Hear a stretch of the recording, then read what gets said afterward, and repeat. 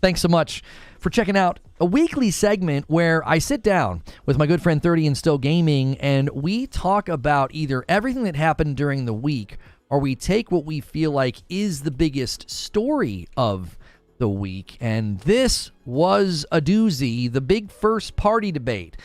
The CFO's comments from Xbox about how they were going to start putting first-party titles on competitors. And then this week, we heard from insiders like Jeff Grubb, Steven Totillo, and others that there are planned Xbox first-party titles coming to PlayStation. This has started a whole nother debate about what is first-party. Thank you, MASH, for a 10 gifted bomb at the very end of that last stream. You guys are the absolute best. I'm going to end that stream, and I'm going to redirect and bring those people over. If you guys missed it, I did a Prince of Persia first impressions. There's also a gameplay stream on this channel. Mike, thanks so much for being here. Thanks for having me. What's going on? Well, we did a little pre-show. We were debating whether or not platformer Metroidvanias can be $50. That was fun. If you want to see that, that's the tail end of the Prince of Persia first impression stream. It was a good debate. I think it's a healthy debate to think about value and genre and game type.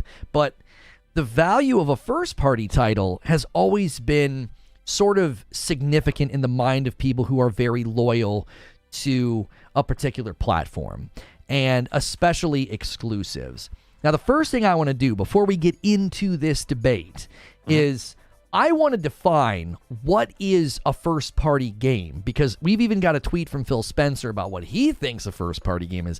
I want to know what you think first, Mike. In your mind, when you hear first-party game, what do you think of? What is that to you? It's an in-house studio making a game for the box that it's on. That's what a first-party title is. Okay, so do you think then the studio has to be owned? It can't be... So I'll give you an example. Rise of the Ronin's coming to PS5. It's exclusive. PlayStation's paying for the publishing, but Rise of the Ronin's developer is Team Ninja. They're not owned by PlayStation. They don't have to be owned. If they paid money, like if Microsoft paid money, it's exclusive, like Final Fantasy is exclusive for Sony. That's a first-party title, but it's not owned by Sony, but it's a first-party title. But it's only on that, meaning they put money into it. They're exclusive for that. That's a first-party title. That's how I've always viewed it, because I think for the longest time, it really came down to exclusivity. Thank you, Keithius, for another 5. It came down to exclusivity, right? So, and I think even Phil Spencer himself echoes this, right? There's a tweet from a long time ago where this was kind of a question in people's minds, all right? And he was responding to somebody about this. And this is actually an old tweet. So this is from 2014. Phil Spencer says, first party is any game where we fund the development of the game and publish. That's correct. So there are people that are a little bit more on the Xbox loyal side that say, no, that's not first party. Because there's this attempt to say PlayStation doesn't have any first party this year, or they don't have a lot of first party because of games like Foamstars or Rise of the Ronin, or even Final Fantasy VII Rebirth. Those are games paid for, published, or exclusive deals for PlayStation, but PlayStation doesn't own the studio. Do you think that matters? No. If I fund something, if I pay for it and no one else can get the rights, right? Like EA got the rights to NFL, right? Now, Madden is owned, or I'm sorry, the NFL is owned by Madden. So nobody else can make a football game. So if EA had their own system and they were the only ones making that game for their system, that's a first-party title for that studio, okay? Because they put the money up to only get that. They exclusively got it. Now, if EA decided that they stand third party, no one owns them, but Microsoft or Sony or Nintendo decided to pay the money to go, Madden's only on PlayStation, Madden's only on Xbox, that's a first-party title. They paid money up front, and that's why they can say it's a first-party title, because they own the console. If there's no console involved, and it's just a studio that they paid money for, there's no first-party title. They just got the exclusivity. But because there's a console involved, and the people that make games and buy games and then put it on their system, that's what makes it a first-party title. You understand what I'm saying? For sure. And because of this debate, there's a term that I had never really seen before, and I don't dislike it. I think it's fine. I actually think this might be a better way of communicating what we mean without having to like qualify it. Because this is what I said yesterday. I said, well, there are first-party games, and then there are first-party studios. They don't always connect. You can have a first-party game that's an exclusive that the platform paid for, but they just don't own the studio. Because I would think of Ori. We were just talking about platform Metroidvanias. Ori, I think of that as an Xbox first-party title because that was Xbox published the game. It's exclusive to Xbox, but they don't own Moon Studio. And that's similar to Rise of the Ronin, right? It's like, well, they don't own the studio, but it's their game. Like, they're paying for it. It's coming to their platform. Now, in that vein, and there's the 5 that I owe you guys. Thanks so much for being here. Make sure and smash the like button to get the stream started nice. I actually don't dislike this term because I think it's helpful. We say second party, and a second party is basically a game that is in this middle ground of they don't own the studio, but they're paying for the game to come to their platform exclusively. So you have first party, second party, third party. Third party, it's obvious what it is. It's like that's another. What exclusive means, though. You can take the second party out of it, right? The exclusive is the part that makes it second party. They own it because they are exclusive with that. They paid for it. Which gets into the fact that this gets even more gray and muddy sometimes because even within exclusives, there are exclusives that have like an asterisk next to them because it's a time exclusive. Well, right. Is it a time exclusive or is it just exclusive? Because there's time exclusive, like it's only here for a year or two. Mm-hmm. And then there's exclusive, like that's it. They locked it down and no one else can do it. Right. Yeah. And then there's a whole new one that we have to consider now. Console exclusive because I think I did this the other day. He was like, well, it's not really multi-platform. He says, isn't it multi-platform because it launched on Xbox and PC? I'm like, but that's not what multi-platform means. Multi-platform means like multiple platforms, like at least 3. It's got to at least hit 3 platforms to be multi-platform. Is that the definition of multi-platform? I thought multi-platform was more than one. Actually, according to the English language, if you're going to say more than one, you just say a couple. If it was just 2 platforms, you would just say it's a couple. If I said that Mike was in a multiple accidents, but I only am saying you're in 2 accidents, I would just say a couple. So like multiple usually means more than 3 Well, now or it more. blurs the lines even more, though, right? Because if it is multi-platform because if it's an Xbox game and it's on multi-platform because you can play on the cloud and the cloud can be played on a television set. So technically the television set is now a new platform. So every Xbox title is multi-platform. Every first party or exclusive that they put on their cloud is multi-platform, yeah. Well, and I'm trying not to go there yet because the big discussion is this stuff about Xbox first-party games coming to PlayStation. So we're starting to peel that onion, but I don't want to do that yet. My brain starts going that direction. Right. I don't want to go there yet. This year alone, Xbox has some great first-party offerings. As far as we can tell, Hellblade 2, Avowed. We're hearing Indiana Jones is coming this year, right? Like I want to get your thoughts on that one because that's one that I kind of am blown away if that happens. Like there's rumors that they might literally at the developer direct be like, it's here it is now, or the release date's in a couple of months or whatever. That game, according to Pete Hines, was in very, very, very, 3 times he says very, very, very, very early development in 2021. They had just inked the deal earlier that year. So it's like, I don't think they were sitting around building this game like, and it was like ready to go. What do you think about the turnaround time of not just Indiana Jones, even Hellblade wasn't even in full production in the middle of 2021. We're talking about games potentially coming to market with a 3-year or less dev cycle. What are your thoughts on that?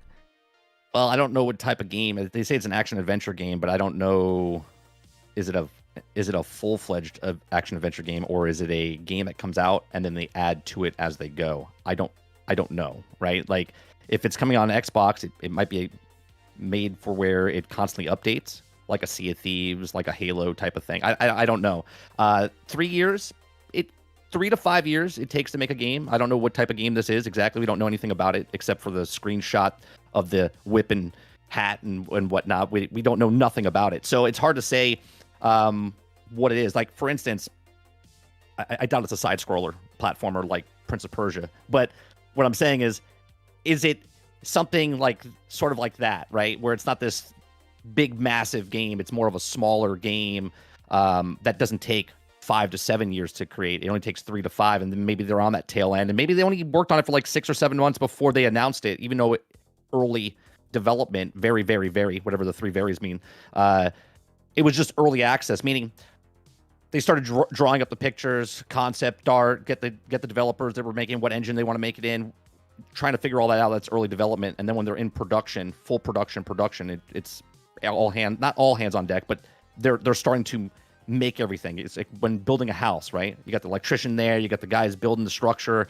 and then all of a sudden it looks like a mess, and then all of a sudden in 1 week, boom, it's a house, and all of a sudden it's done.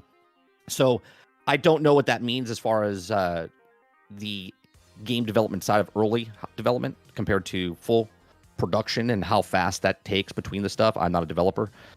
So it could be done. It could be done. And then if it doesn't come out till later this year, that's an extra year, right? So it's almost 4 years. So we'll see what they say next Thursday, I think, right? Yeah, and there's some things being said in chat. There is no gameplay trailer of Indiana Jones. There's like Mike said, there's just that initial trailer with like the hat and the whip and some books. Yeah, and Weskin saying it's a platformer apparently. You're the only person I've ever seen say that, Weskin. I think you said that the last time we discussed this.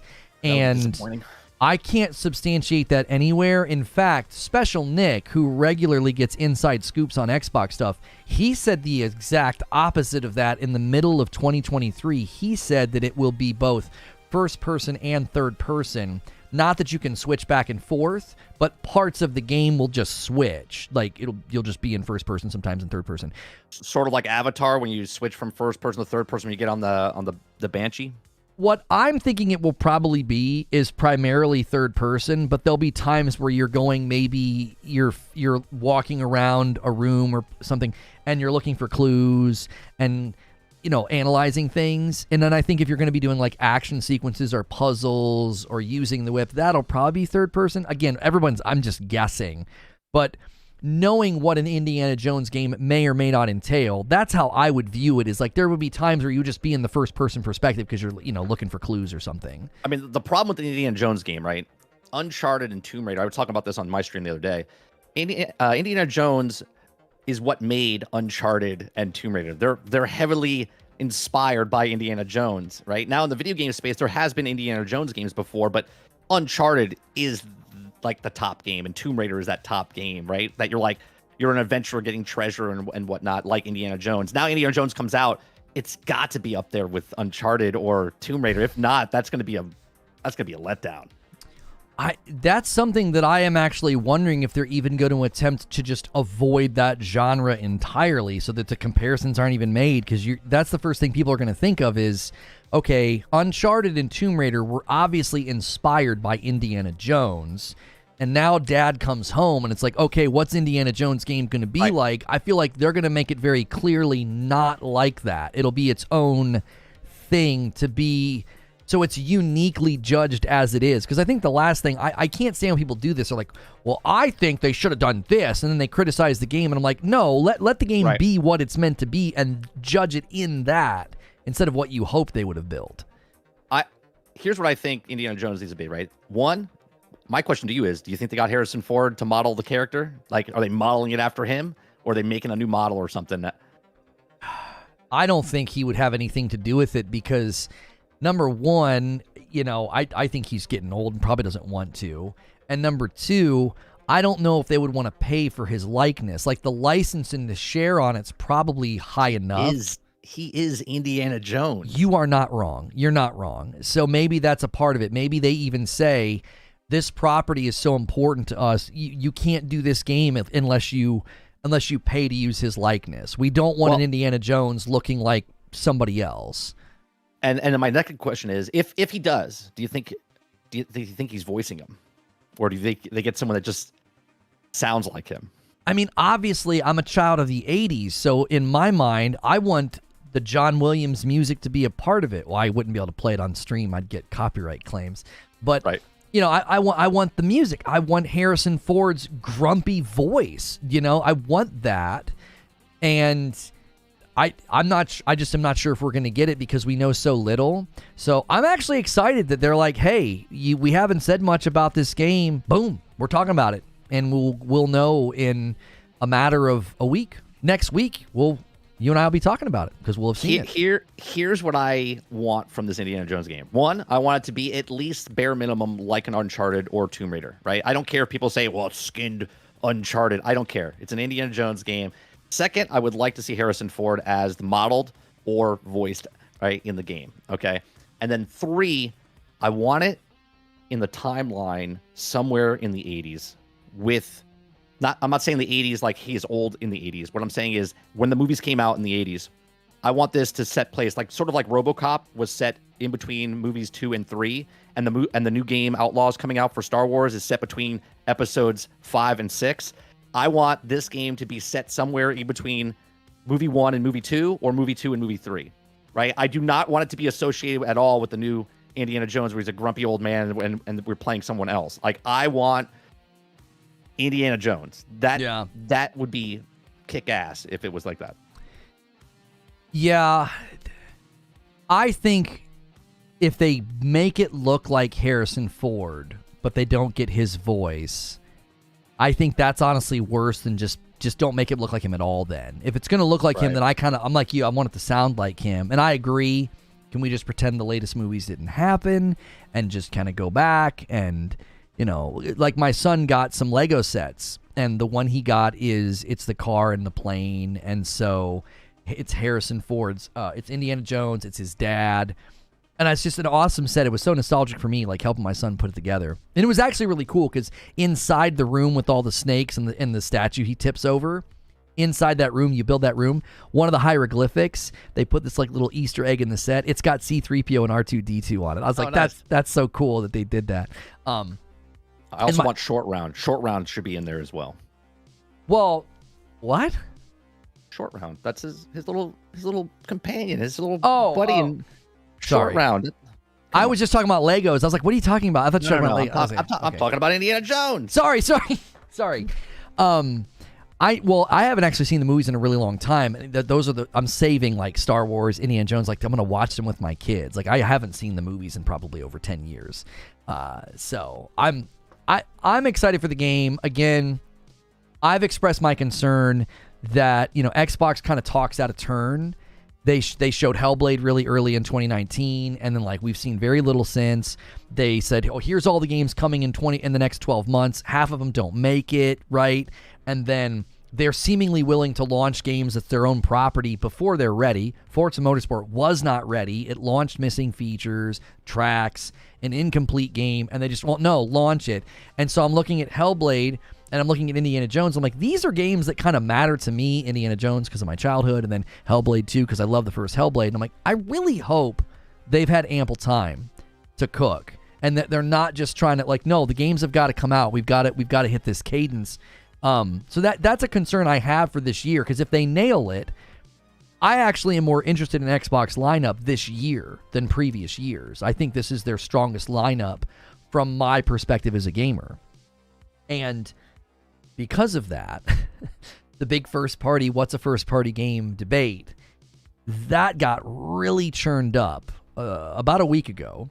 We started hearing whispers, mostly from like forums, that Xbox was planning to bring first-party titles to PlayStation and Nintendo. Now, when I first heard this, I thought, "What? You're not saying anything significant because the CFO said this a couple of weeks ago." Well, no, a couple of months ago to Wells Fargo at a Wells Fargo summit. It's like he said, "You're going to see a shift in strategy for us." I think he said we're going to see a bit of a change of strategy. He's like, "We're going to start bringing our first-party games to platforms that we previously considered competitors," because he's thinking these are high margin markets. We need to get our games out there. So he's looking at Nintendo and PlayStation.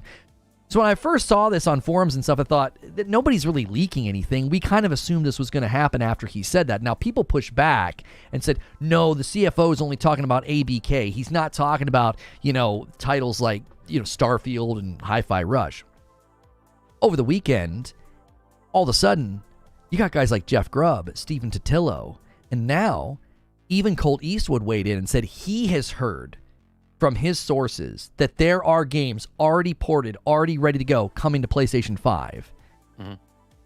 What was your take on this as it developed? Like, where are you with this? This seems like something out of a dream. Like, we went from just 3 years ago, these guys are going head to head, two consoles, powerful. Blah. Now it's we're gonna be bringing our first party titles over to PlayStation.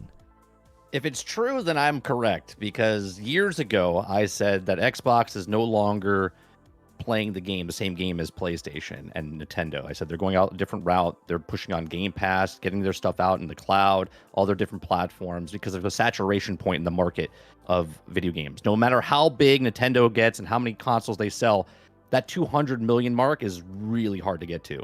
Okay, same with PlayStation. Xbox is not even, they have problems hitting the 100 million mark, right? So they're going the cloud route and trying to get in as many devices as possible. And I said this years ago, I said, they're going to take their games and put them on other platforms, and people thought I was crazy.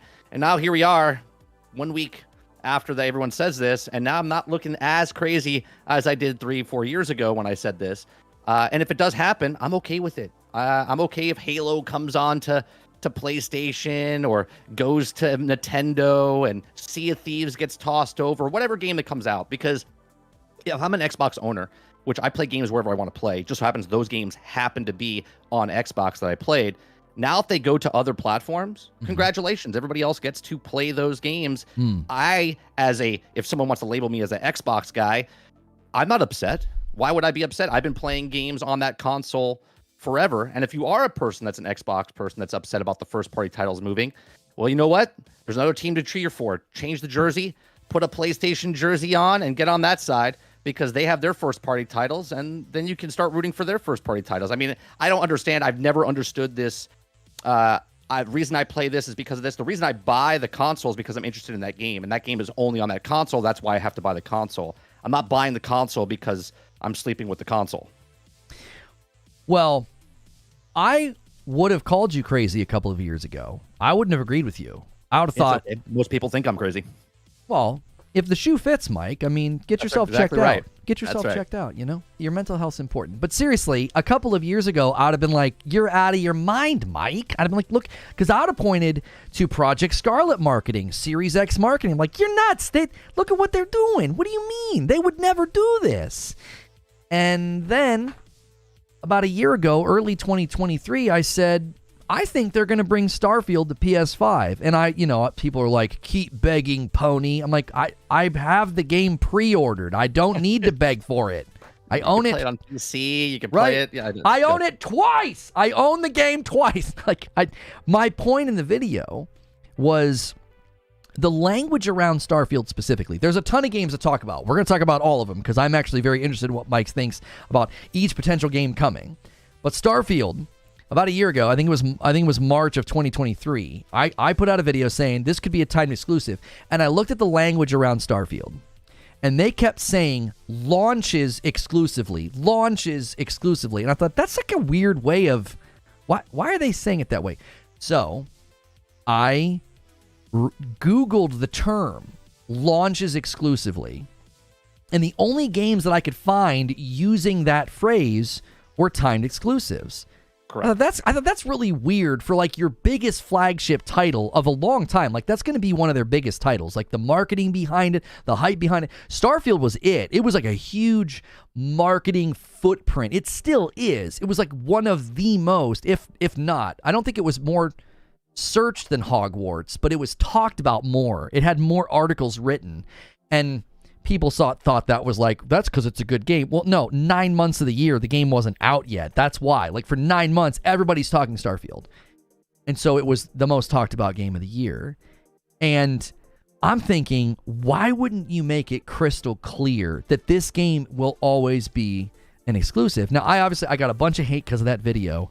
And now we're hearing from multiple sources, not people that know each other, not people that can talk and, plan. We're hearing, no, this thing's coming to PS5, which sounds nuts. How do you think they position this? Because number one, the reception of the game has not been that fantastic in the player world. Like the score on Steam's bad, score on Xbox is not very good. It's got a decent Metacritic that feels, a little padded, but still, if we look at the user scores, how do they position this? Because the gaming public doesn't seem enthralled with this game as much as, the press. Because if you talk about it, you get a lot of clicks.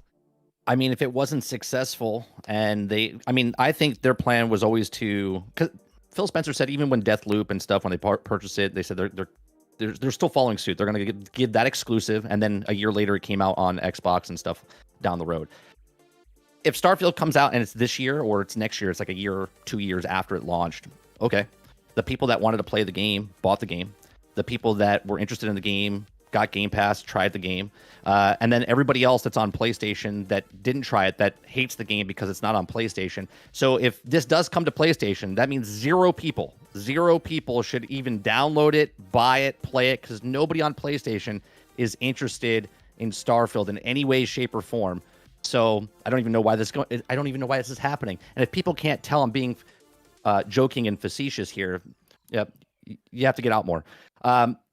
So Starfield is coming, if it does, if it's officially coming, and that's going to be great for Starfield. That's going to be great for PlayStation. That's going to be great for gamers, the people that want to play those games that literally can't because they don't want to spend $500 to go buy the other platform. They can now just pay the $70 to get it on their platform of their choice and play it, right? They don't have to go out and buy a PC. They don't have to go out and buy another console to just play this one game. They're like, I'm on PlayStation. That's where I want to be. Cool. They're bringing another game over to my platform that I love sleeping with.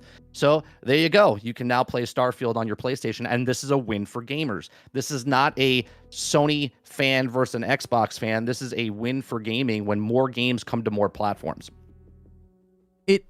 It does seem like the universe is kind of flipping upside down. Like, I think a lot of the very loyal Xbox fans they're really having to come to grips with this is an identity change for the platform. This is a huge shift. And one of my frustrations last year was because I kind of sensed this coming. I was like, this isn't what I bought into. Like, I didn't buy a Series X so that you could become a publisher and kind of ignore, the Series X. Like, that's not what I did. I was buying into what I thought was going to be kind of like this turnaround moment for the platform.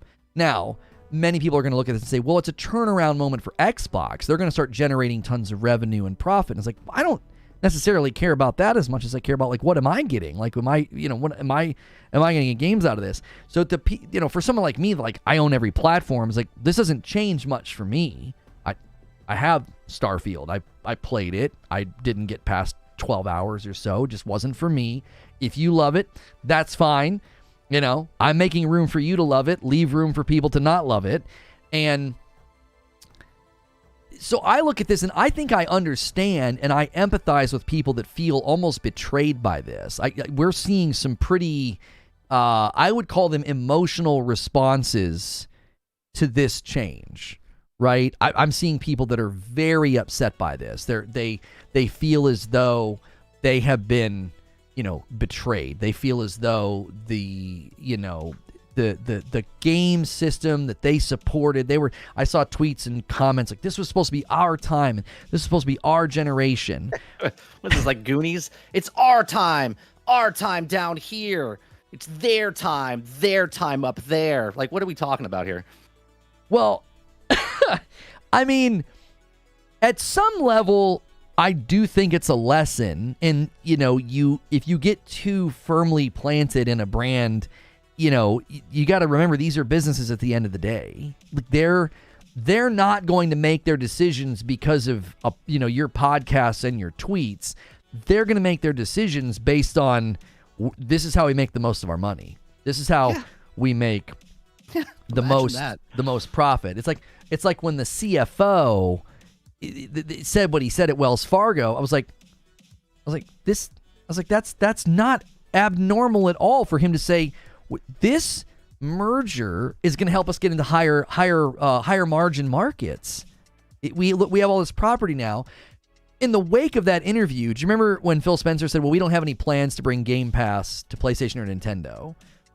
That's been one of like the real quick scrambles to like, well, how can we make this seem like a win for the Xbox brand, right? Not just Xbox's bottom line, but people want this to seem like a win for the Xbox brand. There are people saying that, well, this is only going to happen if Game Pass comes to these other platforms, like Game Pass coming to PlayStation, Game Pass coming to Nintendo. Now, the one thing Phil Spencer pushed back on from the CFO didn't say anything about Game Pass. He mentioned subscriptions in passing, but he didn't talk about bringing Game Pass to competitors.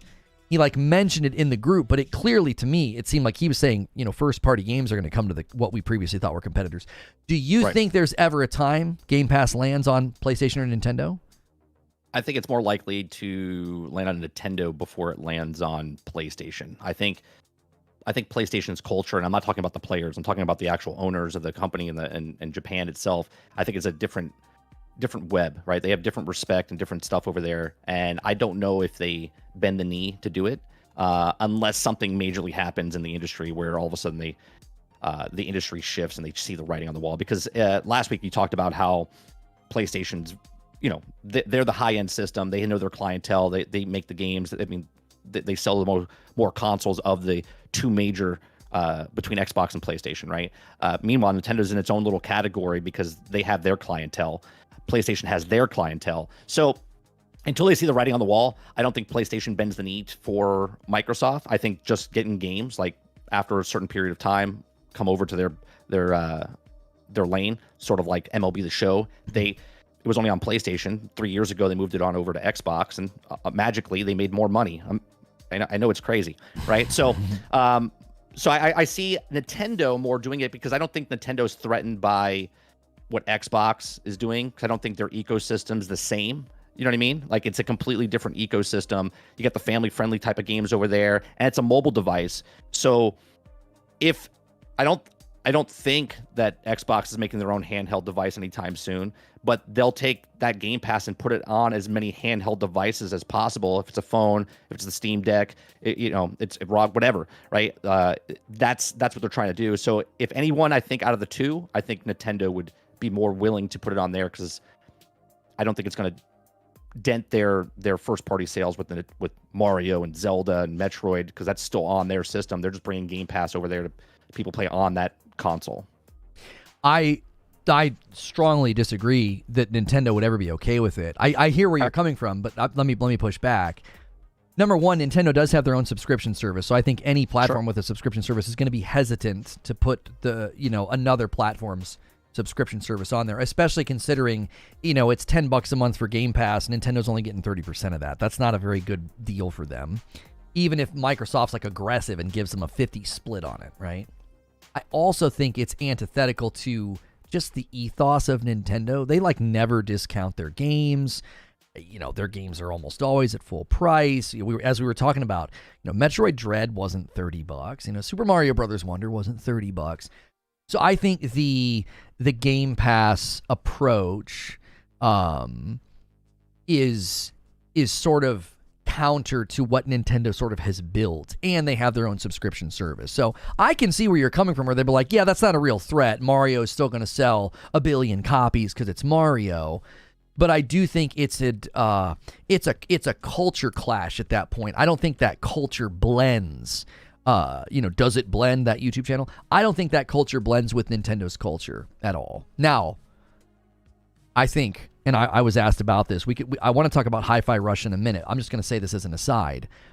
I think Hi-Fi Rush, if it could successfully come to Nintendo Switch, or maybe the Switch 2, because Hi-Fi Rush is next-gen only currently. Now, the one Australian site had it listed for Xbox One and PS4, which is weird to me. It's what are they old gen porting it and then bringing it to the other platforms? I don't know. If they could get that game to run well on the Nintendo Switch, I think Hi-Fi Rush would crush with the Nintendo Switch audience, because it feels kind of like that, cartoony style game, rhythm game. It just feels like a Nintendo game at some level, So I think it would do really well over there. Now, to the question that we're debating, and you can respond to what I said about Nintendo in just a second. I think that as far as putting Game Pass on PlayStation, I argued this yesterday. I don't think even Microsoft would want to put Game Pass on PlayStation. It wouldn't make any sense, because so let's imagine, I think this is fair to imagine, I think this will happen eventually. Maybe not. Maybe we're presuming things that are going to change too. It's hard to presume and assume right now, because Xbox is flipping the world upside down. But I think it's safe to presume and assume that Call of Duty is going to start hitting Game Pass day and date. So I don't think you would want to go to the platform where 48% of your purchases can then suddenly get the game on a subservice. Like, I don't think so. I think you'd want to maintain that healthy revenue funnel of, yeah, you can buy Call of Duty on PlayStation, or you can play it day and date on Game Pass, and that makes Game Pass and their ecosystem appealing, but it also maintains a revenue stream. I think it would be counterproductive and actually harmful to revenue to then go to one of your most profitable, if not the most profitable platform for Call of Duty and saying, well, yeah, you don't have to buy it anymore. Just get on a subservice. I think both Sony and Xbox would see that as a mistake. It would be like, why would we disrupt? We got a good thing going here. Why would we disrupt this? I think Microsoft would be more inclined to, when the 10-year contract ends, say, we want a better royalty on Call of Duty and kind of start squeezing a little bit to tell Sony, like, because Bobby Kotick did that, right? He basically told Microsoft, we want a better royalty deal, or you're just not going to get Call of Duty. And I feel like Microsoft could make the same play against PlayStation in about 10 years. Go ahead. What's the difference, though, with like EA Play or Ubisoft Plus or any of those streaming services? Because they don't own a console, it's different? Because they're not a straight-up competitor, even though they're a company that has a streaming service? Like, what's the difference? There's a handful of differences. Number one, Call of Duty is such a massive revenue stream for PlayStation. I do think it's in a different category than anything from EA. Yeah, but sure, and that's the outlier of gaming, right? Not just Xbox owning. Like, if Activision was still standalone company, right, and they had their own Activision streaming service where you can only play Call of Duty games and it was cheaper to play on their streaming service, do you think they, I mean, obviously if Activision had their own streaming, obviously these are all hypothetical shit, you know what I'm saying? Like, so, right. Like, if they had their own streaming service and they're like, well, you can play it here for $14.99 a month, or you can buy it for $70 on the PlayStation or whatever. Like, is the catalyst because it's a competitor with a console out there, even though Xbox is kind of changing that landscape because they're moving more towards software than they are hardware, just like how Microsoft built their $1 trillion business, but now in gaming. Why? Just because Call of Duty, it's different? Well, there's two perspectives to consider. From PlayStation's perspective, I do think Call of Duty, yes, makes it very different because a lot of the games that you can get like on EA Play, like the sports games, they're going to make most of their revenue on the microtransactions. So that's not like counterproductive for PlayStation to say, yeah, that's fine. But Call of Duty, those retail sales, it's like the number one selling game like every year. Even when Call of Duty Vanguard was so bad, it was still like the number one game in North America. So why couldn't PlayStation be like, you can put Game Pass on PlayStation, but no Call of Duty on Game Pass on PlayStation? That is a consideration I have conceded in the past. Like, maybe there's like a different version of Game Pass that lands on other platforms, but I feel like then that gets muddy for Xbox. Like, how many different versions of Game Pass are there? What the heck? There's Core, there's Game Pass, there's Ultimate. You don't need different. I mean, they can literally take out or put in whatever they want. You're right. It's a streaming service. But I think it makes the marketing really crisp and really clear if you can say every time, play it day and date on Game Pass, play it day and date on Game Pass. If you're like, play it date on Game Pass, except for PlayStation, and like, I think it's just, it is very counterproductive. That's just from PlayStation's perspective about Call of Duty and revenue. You also have to consider Xbox's perspective. I don't think they make a ton, like, margins-wise on the $10 a month, okay? So to then put it on a competitor and have to give the competitor a percentage of that also then makes it, I would think, less profitable. Getting 30%, giving 30% to Sony on like a Call of Duty sale isn't that big of a deal when the game is $70. But when you're talking about like a $10 subscription, and I know subscription prices are probably going to start to kind of go up, but I do think I don't think it would be in either company's interest to do this. What I think is going to happen is they're going to start putting their first-party property on Nintendo and PlayStation because that's another great source of revenue. And then they get to put these games on Game Pass to make their ecosystem look appealing. They get to hit both sides of the aisle. I think it's a smart play. Yeah, Microsoft everyone's still stuck in this old regime of you have to make a console to make money, and it's competing against the other. Like, we've made our own like sport out of like who's got the most console sales, but the company's just looking to make the most money.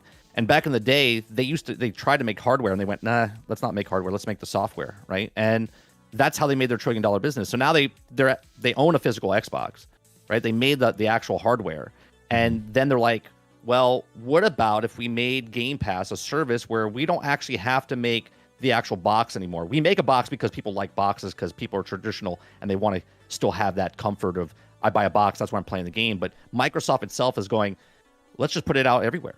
And this is the big thing that even chat makes fun of me, which is fine. But the software is how Microsoft made trillions. Now, Apple also made trillions of dollars, but they went the hardware route. Okay.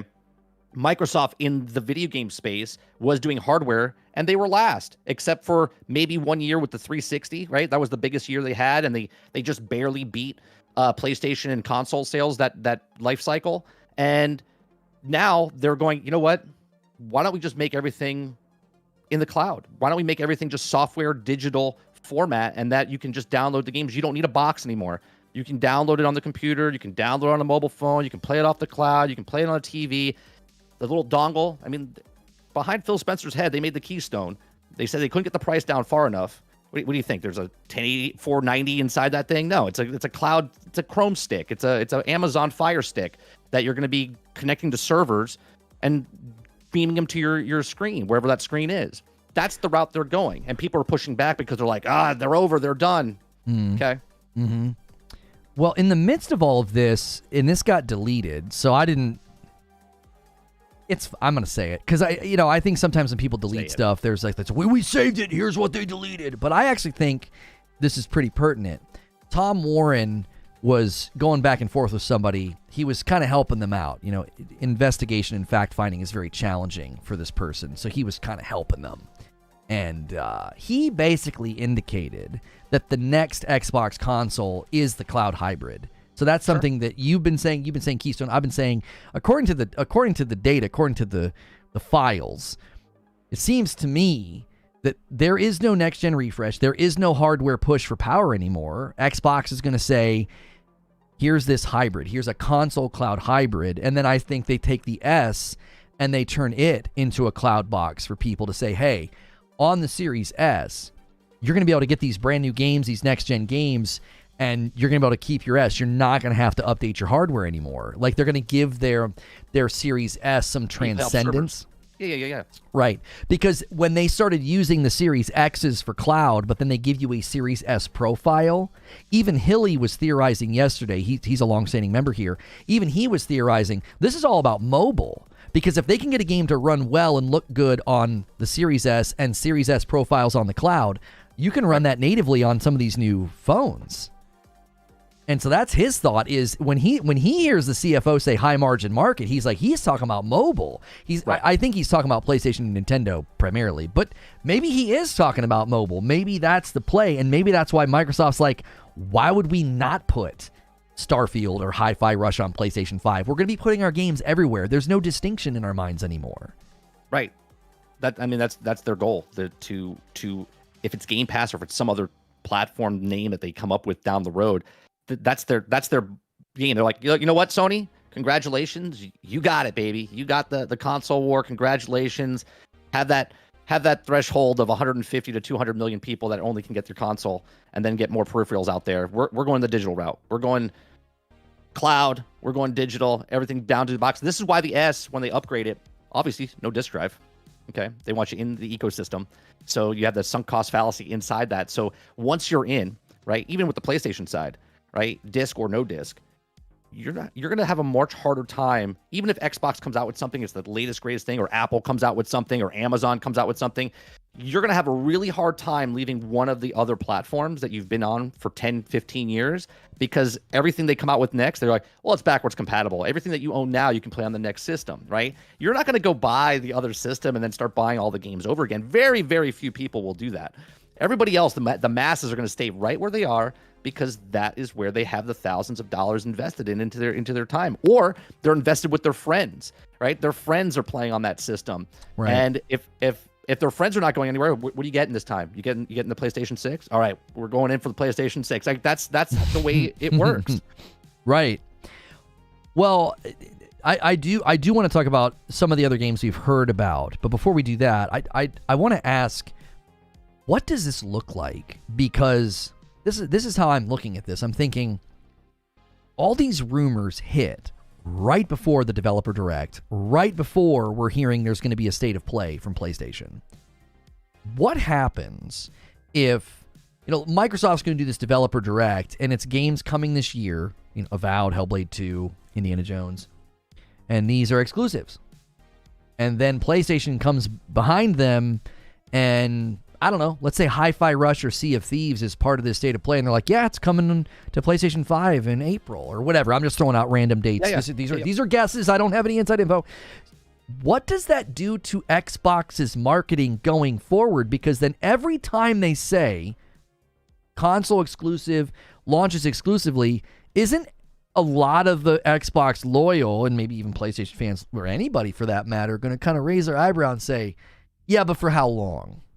Like, how long is that an exclusive? How long is Hellblade 2 an exclusive? Oh, I see what you're saying. So, like, if Indiana Jones comes out, you're like, oh, is it only exclusive for a year? And then is it coming to PlayStation afterwards? Well, that's what's happening with PC right now, right? The PC fan base looks at PlayStation and goes, I'll wait for Spider-Man to come out in a year or two, right? That's exactly the same thing. It's already out there. It's the exact same thing. So if people look at it and go, oh, cool, I'll wait for it. And yes, sales will drop because those people will wait, just like sales potentially dropped for Spider-Man because Spider-Man was only on PlayStation, and PC guys are like, I'll just wait the year and a half or 2 years before when it comes out. I don't think there's any difference. I think it's the exact same. I just wonder what it does to the very loyal Xbox fans, because I think they sort of thought ABK, Activision Blizzard, this is it. This is our time to win. And now it's like, wait a minute, you're just going to put the stuff everywhere? You're going to put the content everywhere? What did we get out of this? And that's why I always kept telling them, it's like, you're not going to get anything different than what you were already going to get. These games were already coming to the market. That now Xbox is just going to leverage them for profit.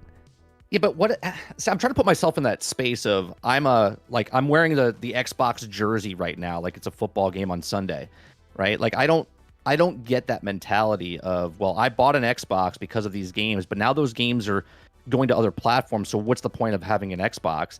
I guess then you're not an Xbox fan, right? Like if you're an Xbox fan or Microsoft fan, whatever you want to say, your two choices are deal with it or go to the one that you hate, right? Like I don't understand. Like that's your choice. Either deal with it or put a different jersey on and go to the side that you hated and then become a fan of that other console. To me, I'll say it until I'm blue in the face. I'm a gamer. It doesn't matter where the games come. If it comes out today and I want to buy it today and it's only on Xbox, then I'll buy an Xbox and play it on Xbox. If it's a game that I really want to play and it's on PlayStation, I'll buy a PlayStation, buy the game, play it on PlayStation. If it's on PC, I'll play it on PC. If it's on Nintendo, it's on Nintendo. If it's an exclusive game on Amazon Luna, I will go to Amazon Luna and play a game because it's interesting to me. I don't understand the loyalist of this stuff of where I'm an Xbox fan. If it goes over there, I'm done. Okay, then stop playing games or go over to PlayStation. These are your choices. Or buy a PC. Well, if this happens, I'm gonna give the super hyper Xbox loyal guys, I'm gonna give you a gift. A lot of you don't deserve this gift because you've been really unkind to me, but I'm gonna give you a gift because you have a really easy way of approaching this. Okay, so commonly I've been asked, you've got a really nice computer. Why do you buy a PlayStation 5? You know those games are going to come to PC eventually. Not necessarily. I don't know if all, but it does seem to be like, a year and a half to 2 years later, these games are coming to PC. Currently, the offerings are not as consistent, but that's something that PC guys will say to me. They're like, just get a PC. You don't need a PS5. And I'm like, well, the performance on PS5 is very good. And that's subjective to me. I think it's very good. If I'm getting 60 FPS and around 1440, I'm happy. I don't need to have a 4060 card. I don't need my eyes bleeding from 400 frames per second at 4K. Like, I don't care about that. I care about 60. And I typically say, well, I get to play it first. You have to wait. Yeah. Okay? Yeah. You pay the premium price to get it first. That's what the Xbox guys could say. Because they can be like, well, we get it first. We get Indiana Jones first. We get Hellblade 2 first. And you guys over there have to wait, okay? Now, I know that's not as exciting as being like, buy an Xbox. Because that's what they did with Hi-Fi Rush, right? They're all like, buy an Xbox. And then nobody on the platform played it, which is unfortunate because it's such a good game, and the engagement percentages for Hi-Fi Rush are so low. It's bizarre to me because it was trending. It was like everywhere. It was like every time I opened up YouTube and Twitter, it's like Hi-Fi Rush, you know. So I want to kind of use this as a transition. So that's a gift. That's a gift to you, Xbox guys. That's what you can say. If this starts to happen, and every exclusive is like, well, maybe. Oh, maybe it's exclusive. Like, for how long, we don't know. I'll be the PlayStation guy in your scenario, though. Well, I didn't give two craps about your game anyway. You can keep it. Well, sure. Plenty are saying that. Plenty of people are saying, we don't want Redfall. You know, we don't want Starfield. Right. Yeah. Well, I'm interested in what you think of the situation with Hi-Fi Rush, because that's there's a handful of games that have been thrown out there. So we talked a little bit about Starfield. Now let's talk about Hi-Fi Rush, because this is an interesting one for me, because the perception was this game, at least this is my perception is not objective reality, so I could have been completely misreading this. But my perception was, holy crap, Hi-Fi Rush took the world by storm. It was in every article. It was trending on Twitter. I did nonstop YouTube videos. Good game. And then the reports come out, and the completion percentages come out, and the trophy percentages come out, and it's like, this game didn't even move the needle. Like the Xbox fan base just did not engage with this game, didn't complete this game, right? Now it looks like I beat the game. I didn't. My daughter did. I helped her here and there. I'm not super big on rhythm games, you know. Hellsinger. Hellsinger's a really cool shooter rhythm game with like metal music in the background. Definitely check it out if you like rhythm games. Even that game, I was like, yeah, it's kind of like Doom. I love the music, but I'm just not a big rhythm game guy. And so, you know, my daughter played it and she loved it. So every time it comes up, she's like, oh, you're talking about Hi-Fi Rush. She gets really excited because it's like one of her favorite games.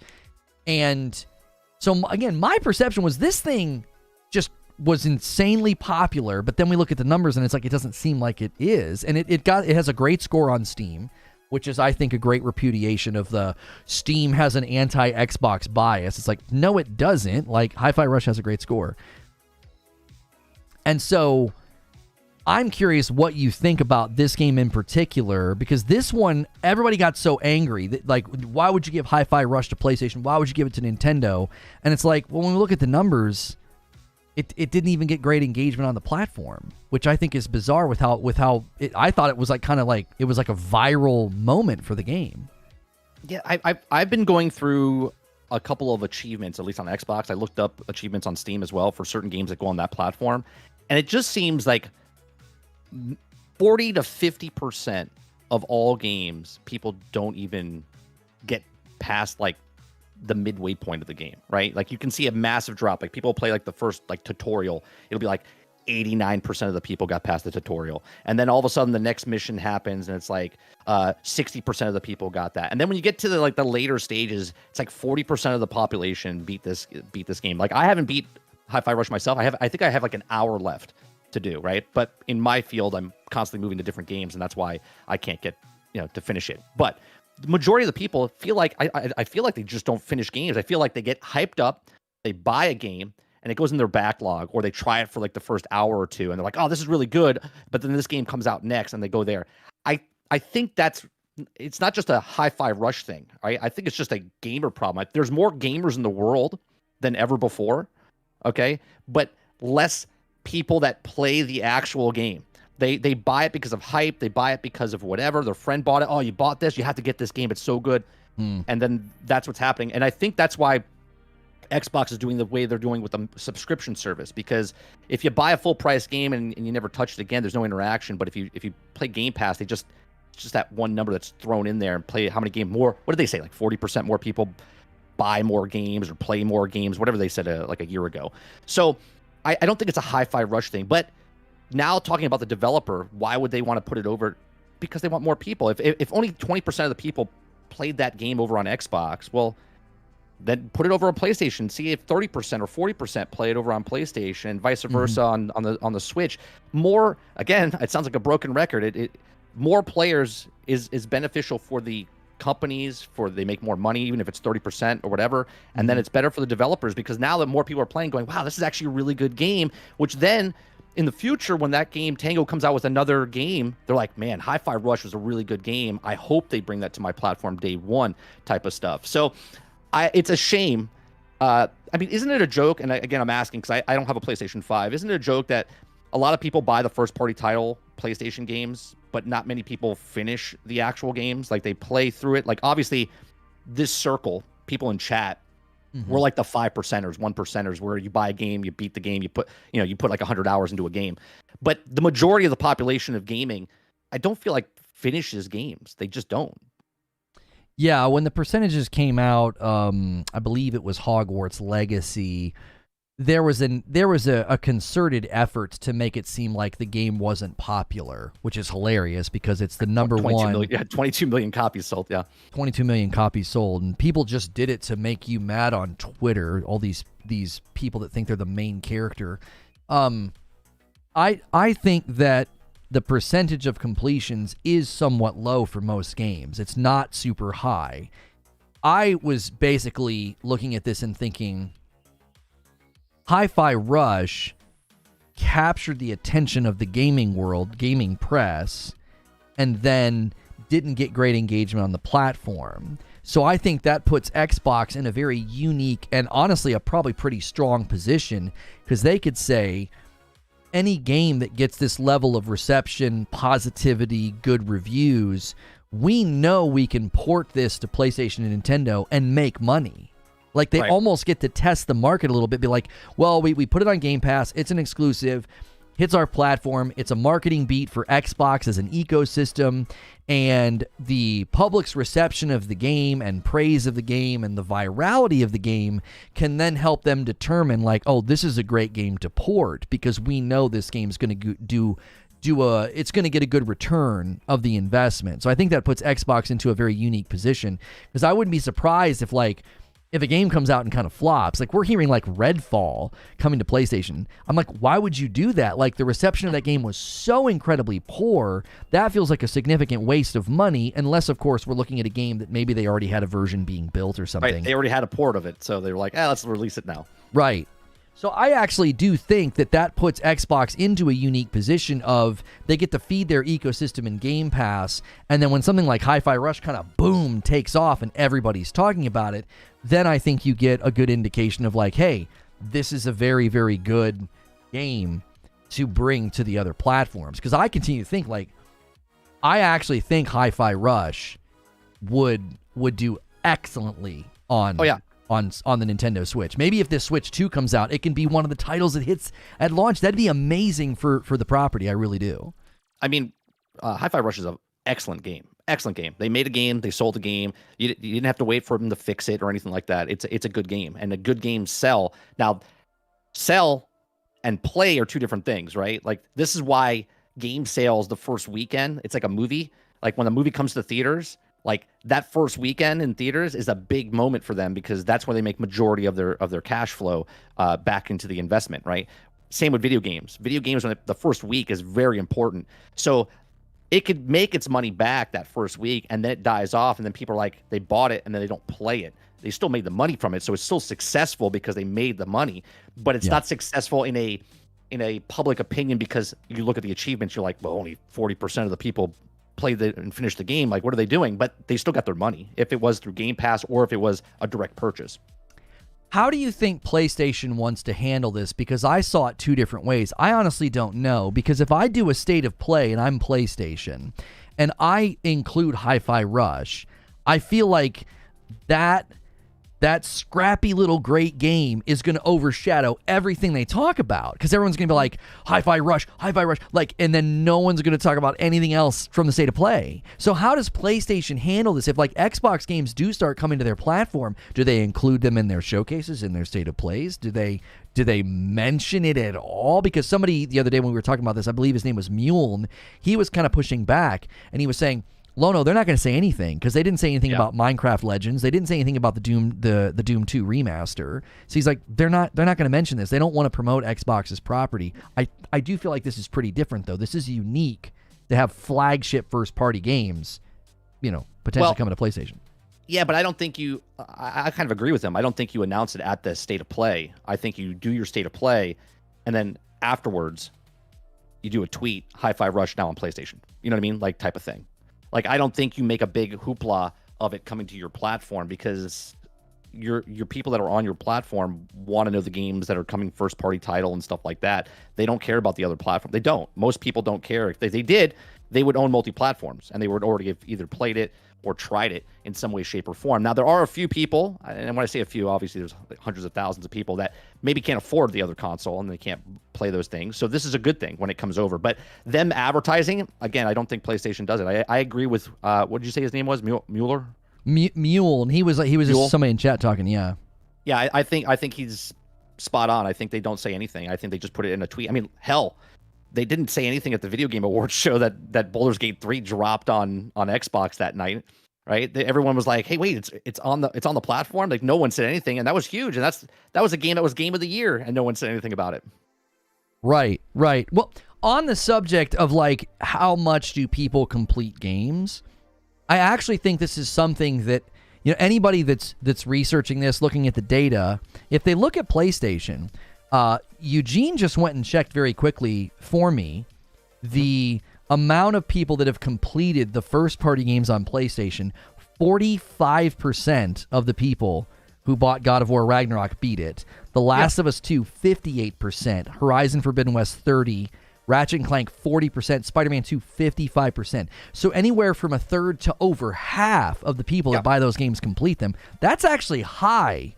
According to the industry standards, like, that's actually high. See, I think that's crazy low, because like when I buy a game, I play it, beat it, and then put it down, right? So for me, that's absurd. Like, if I spend $100 on a pre-order game and get it, whatever, with the bells and whistles, I'm going to complete that game and get my money's worth. Now, again, I'm a completely different person, but yeah, that's what I said. I said it's about 40 to 50% of the people play and finish the first-party title games, and that's across the board. That's not just for PlayStation. I think that's across the board. If it's on PC and you get a game, 40 to 50% of the people finish the games that they buy.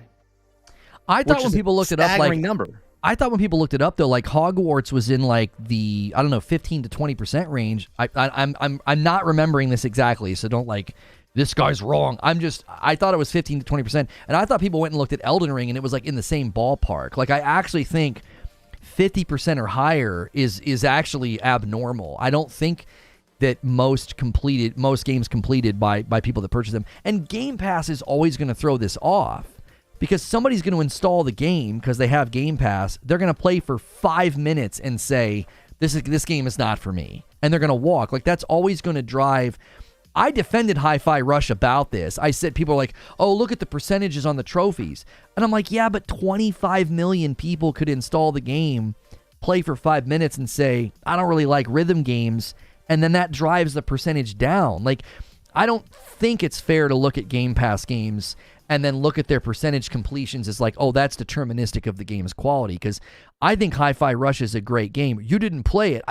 Listen, you can look at a game, you can sit next to somebody and watch it play it and be like, that's a pretty good game. Like, my thumbs don't have to be on the sticks. You can look at a trailer, you can look at a review, you can watch a Let's Play and say, that game looks pretty great. Like, I want to play that. And obviously your own experience might vary. Maybe they gave it a 9 and you end up giving it an 8. But generally speaking, if you've been playing games as long as we have, I can look at that game like, Hi-Fi Rush is a good piece of property, man. And if I'm an Xbox executive, I'm thinking, look at this thing, dude. It took the world by storm. Everybody was talking about it. We should be selling this on other platforms. It'll make us money.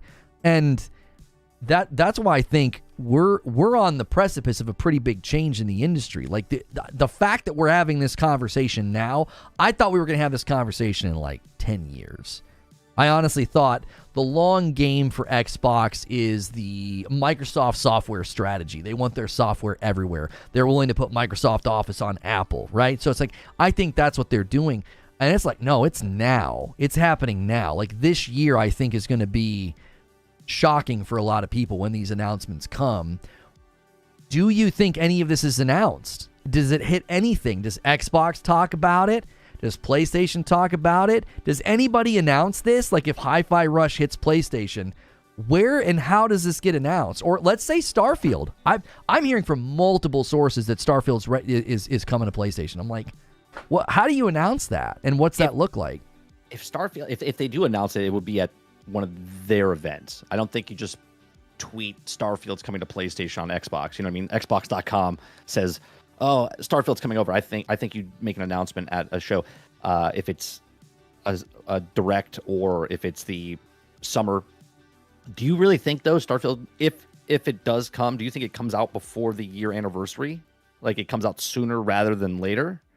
Or do you think it's gonna be announced and then say later this year, September, October, we're bringing Starfield to PlayStation 5?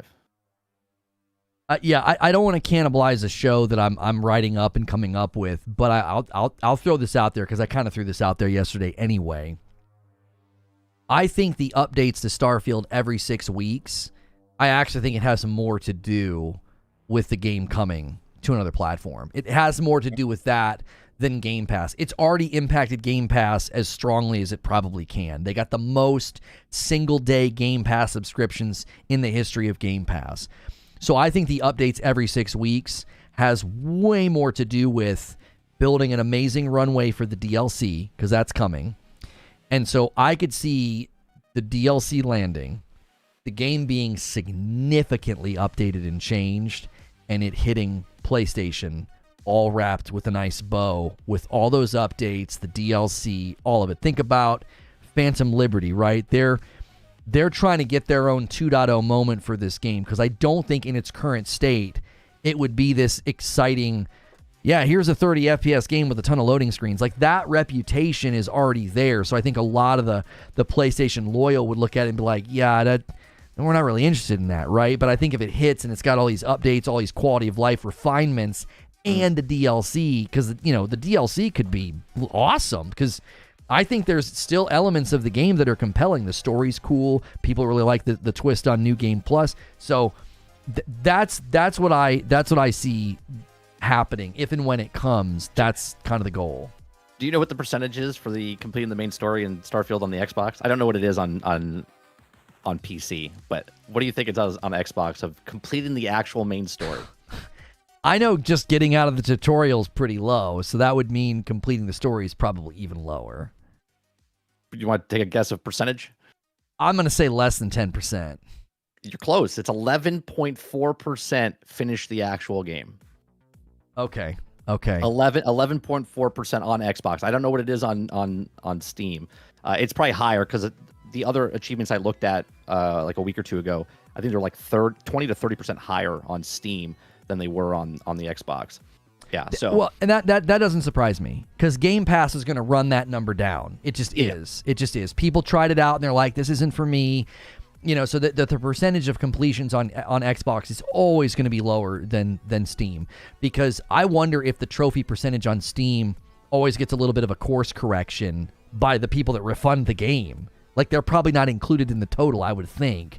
So there were a lot of people in early access that just didn't like it, refunded the game, uninstalled the game. They're probably not in the percentage. That keeps the percentages a little better on Steam. So I think we have to remember that. Like I said, I defended Hi-Fi Rush. I was like, come on, like that percentage is because anybody, 25 million people can install Starfield and play for 5 minutes and say, yeah, this really isn't for me. And that's not necessarily bashing the game. I think lots of people make up their mind about a game within like the first hour or two, which I think is actually fair for most games. Like, if the content loop doesn't hook you, then this idea that like you didn't play long enough, okay, how long do I have to play? And then if you play too long, they'll tell you that your review's illegitimate too. Like, nobody plays a game for 50 hours and, says they don't like it. And I'm like, I don't want to go down that debate any longer. To answer your question about Sea of Thieves, if it comes to PlayStation, I think that's a separate beast because it's a multiplayer game. And I think the way they're designing that game, I think it does come to another platform. I mean, it's on PC, it's on Xbox. I think the reason they put the PvE element of the safer seas into the game is because they're bringing it to a new audience, and a lot of that audience is not going to know how to play or what to do, and they don't want to play a PvP type of thing.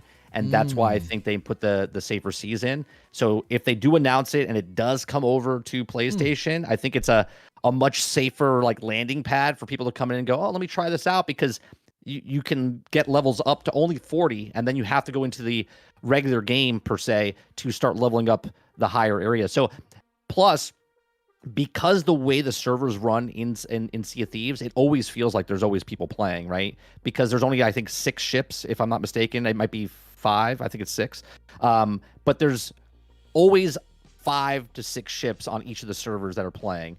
Okay, and that always feels like there's a full game inside there. Like Fallout 76 does this with the 24 or 32, whatever they have in their game. So every time you jump into a server, you always feel like there's something going on or feeling around. So I think that's what Sea of Thieves, I think, is a much different beast, and I think that will come to PlayStation because it'll just bring more people into that game in general.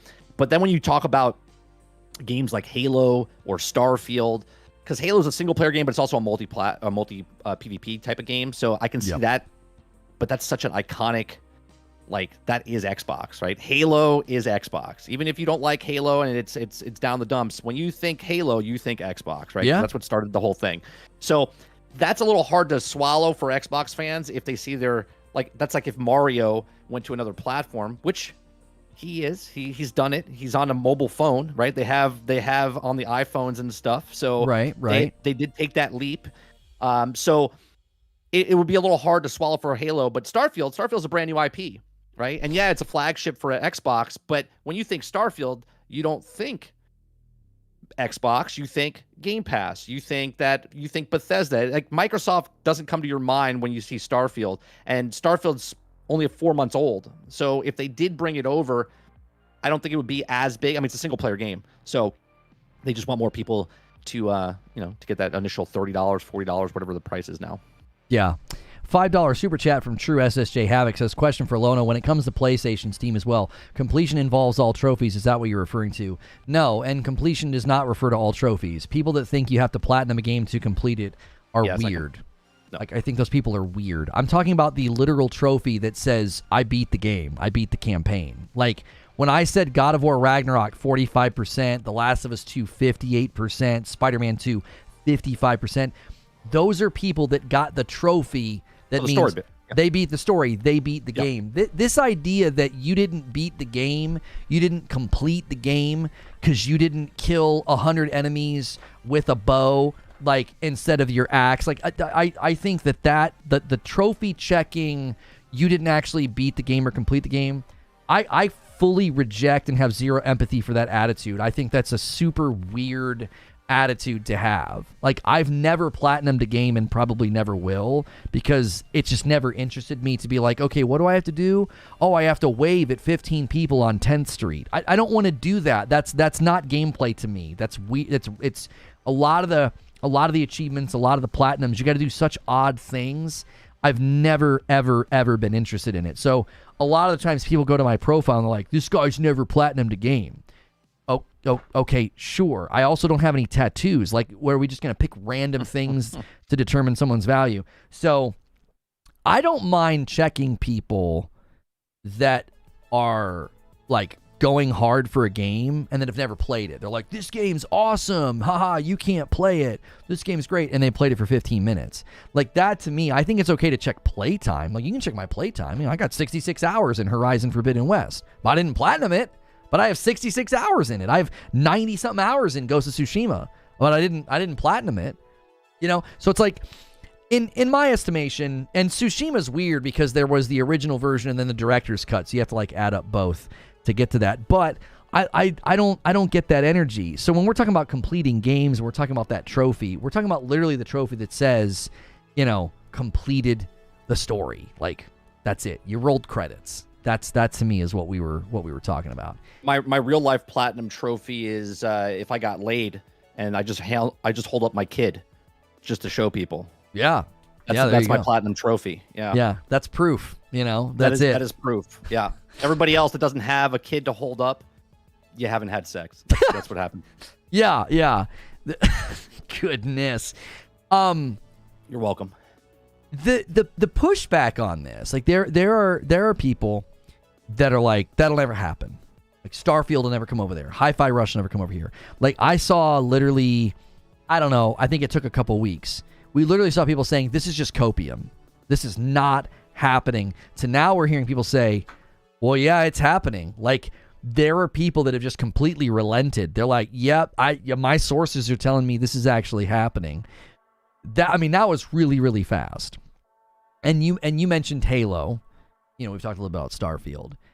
The one person on the one forum that was talking about this, they actually said that Halo coming to PlayStation was not as far-fetched as people might think. Now, they basically said they don't see it happening with Infinite, but with the engine shift for the next game. This is according to inside sources and people, close to what's going on with Halo, is that there is going to be an engine shift. And then there's that, mysterious, elusive BR made by Certain Affinity that apparently is also in a new engine. We're hearing Unreal. What do you think the likelihood of that? That, to me, that's beyond the pale. Like, okay, you bought Activision Blizzard and you bought Bethesda, you squeeze some value out of Starfield, but now you're going to bring it to PlayStation. Like, I can get there mentally. I'm like, okay, that makes sense to me. But Halo, I'm like, no. That seems insane to me to take something so iconic as you said. Now, Jez Corden said, what if they started labeling certain titles like an Xbox original or something so that it's never coming to PlayStation? He admitted that's fraught with all kinds of problems, and I agree, because then it's like every time a video game gets announced, it's like, well, is it an Xbox original or is it just an Xbox exclusive? And we know Xbox exclusive means, a year and a half or so. This is the whole world premiere thing or world exclusive thing all over again. It's like, is it a world premiere or world exclusive? Which one is it? Like, that they're all, you're premiering it for the first time. Like, I guess they could put that label. That's actually not a bad thing if they did, like, it's an Xbox original, like they do for films. Like, this is a studio original film, like, because they made the actual story.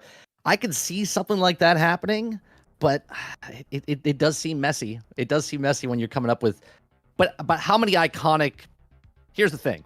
How many iconic characters that when you speak of Halo, are there? Like, iconic characters. Like, when you think of Mario, it's Nintendo. Sonic, even though Nintendo owns it, you think Sega. That's what Sonic is, right? So there's not very many. I can count maybe on one hand for Xbox of their, like, iconic characters. Gears, Halo. What else? What like Forza? I felt like Starfield was becoming that. I felt like Starfield, it's iconic. It's like you see the artwork, you see the logo, and it's like, oh, that's an Xbox Starfield's title. The game, but there's not an iconic character. You know what I'm saying? Like, there's okay, that's true. That's true. Right? Starfield's, it's like a generic. It's just a game. Like, there's no character that you're behind, like Kratos, or do you know what I'm saying? There's no iconic, like, that's why I say like Forza. It's like, it's a car game. It's not like Mario Andretti.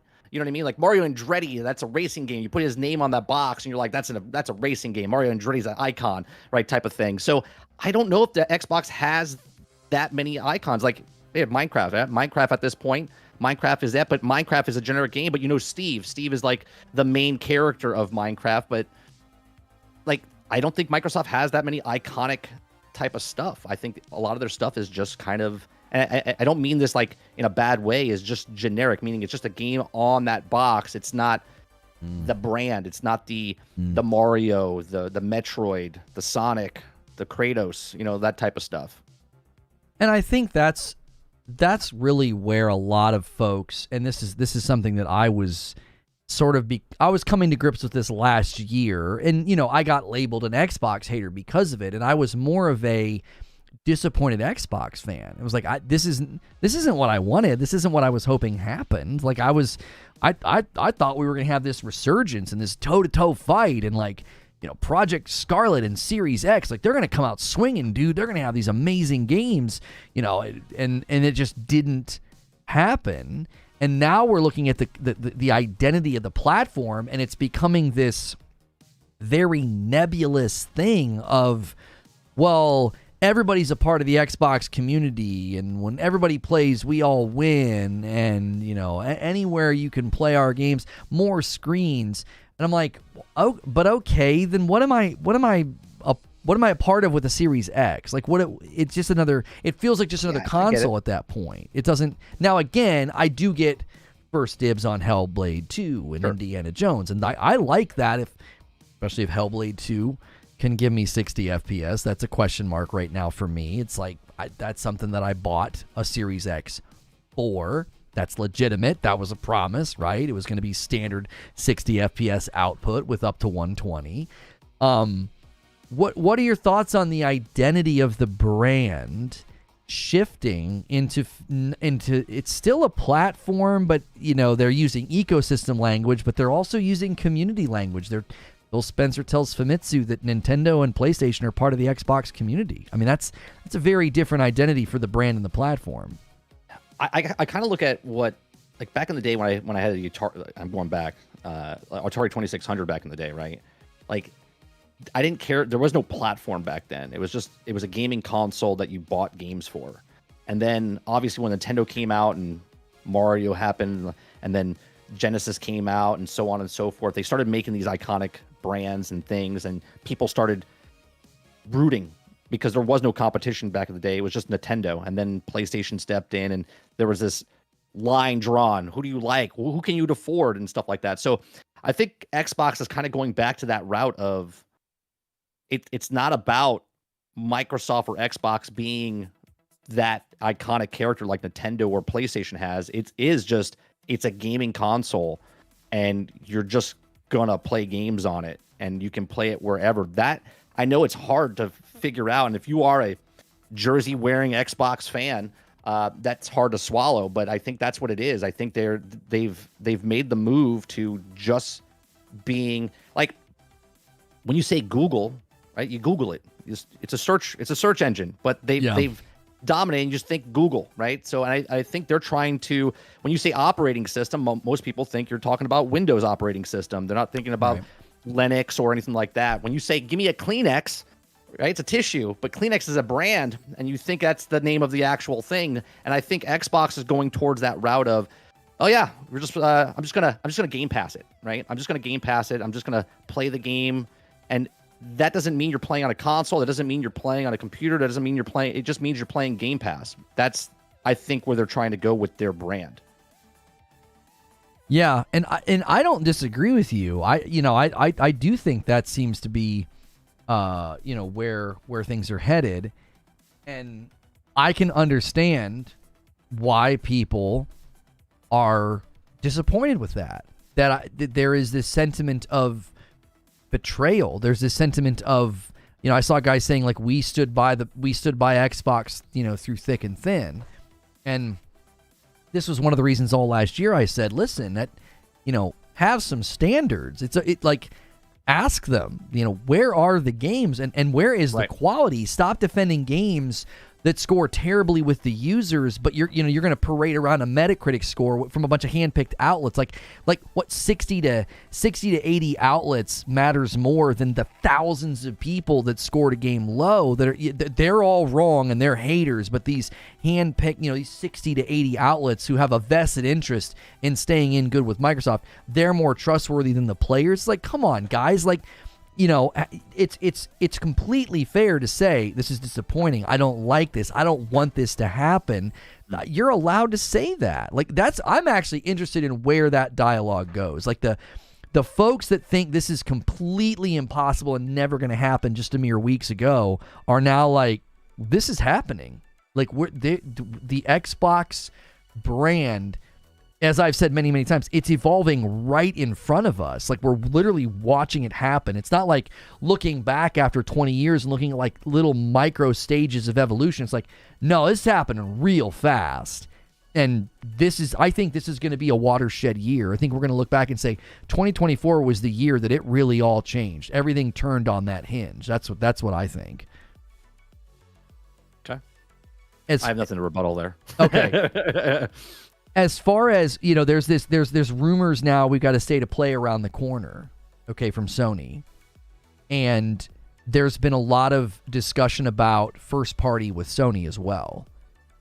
There is a very absent presence from their first party studios. They're not saying anything. They're not showing anything. Ben Studio tweeted and said they're cooking. Okay, great. I hope so. Like, right. I hope you guys aren't sitting around playing foosball. Like, great, you're cooking. Last year, the big criticism for the PlayStation Showcase was there's no first-party presence. Where are the first-party games? We got cinematic trailers for Concord and Marathon and Fair Games and nothing else outside of like Spider-Man 2. And I was saying, to me, PlayStation doesn't even care to mention the difference between first and third party or first and second party, any of that. They're not going to, they're going to keep a lot of their studios close to the chest. They're not going to say anything or show anything until it's like really, really close to release date. What are your thoughts on PlayStation and how they're handling first party? Because they do seem to be kind of keeping the first party games out of the frame, and we don't know much of anything right now from their studios. I mean, I applaud them, because I don't want someone to announce something that gets pushed back or gets delayed, and then you're like, what's like. So I've always been the one that say, if you don't have anything, shut up, don't say anything until you have something. Another thing is, I think they're pushing more towards the live service stuff, right? So Helldivers 2 is coming out. That's the first like this year. So that's going to be a live service game. They have MLB The Show again coming out, I think in March, end of March, beginning of April. So that's the yearly MLB that comes out, and that's on not all platforms, but it's on Xbox. And is it on PC? I don't know if MLB is on PC. MLB The Show, I don't know if it's on PC. But that's coming out. So I think it is not available on PC.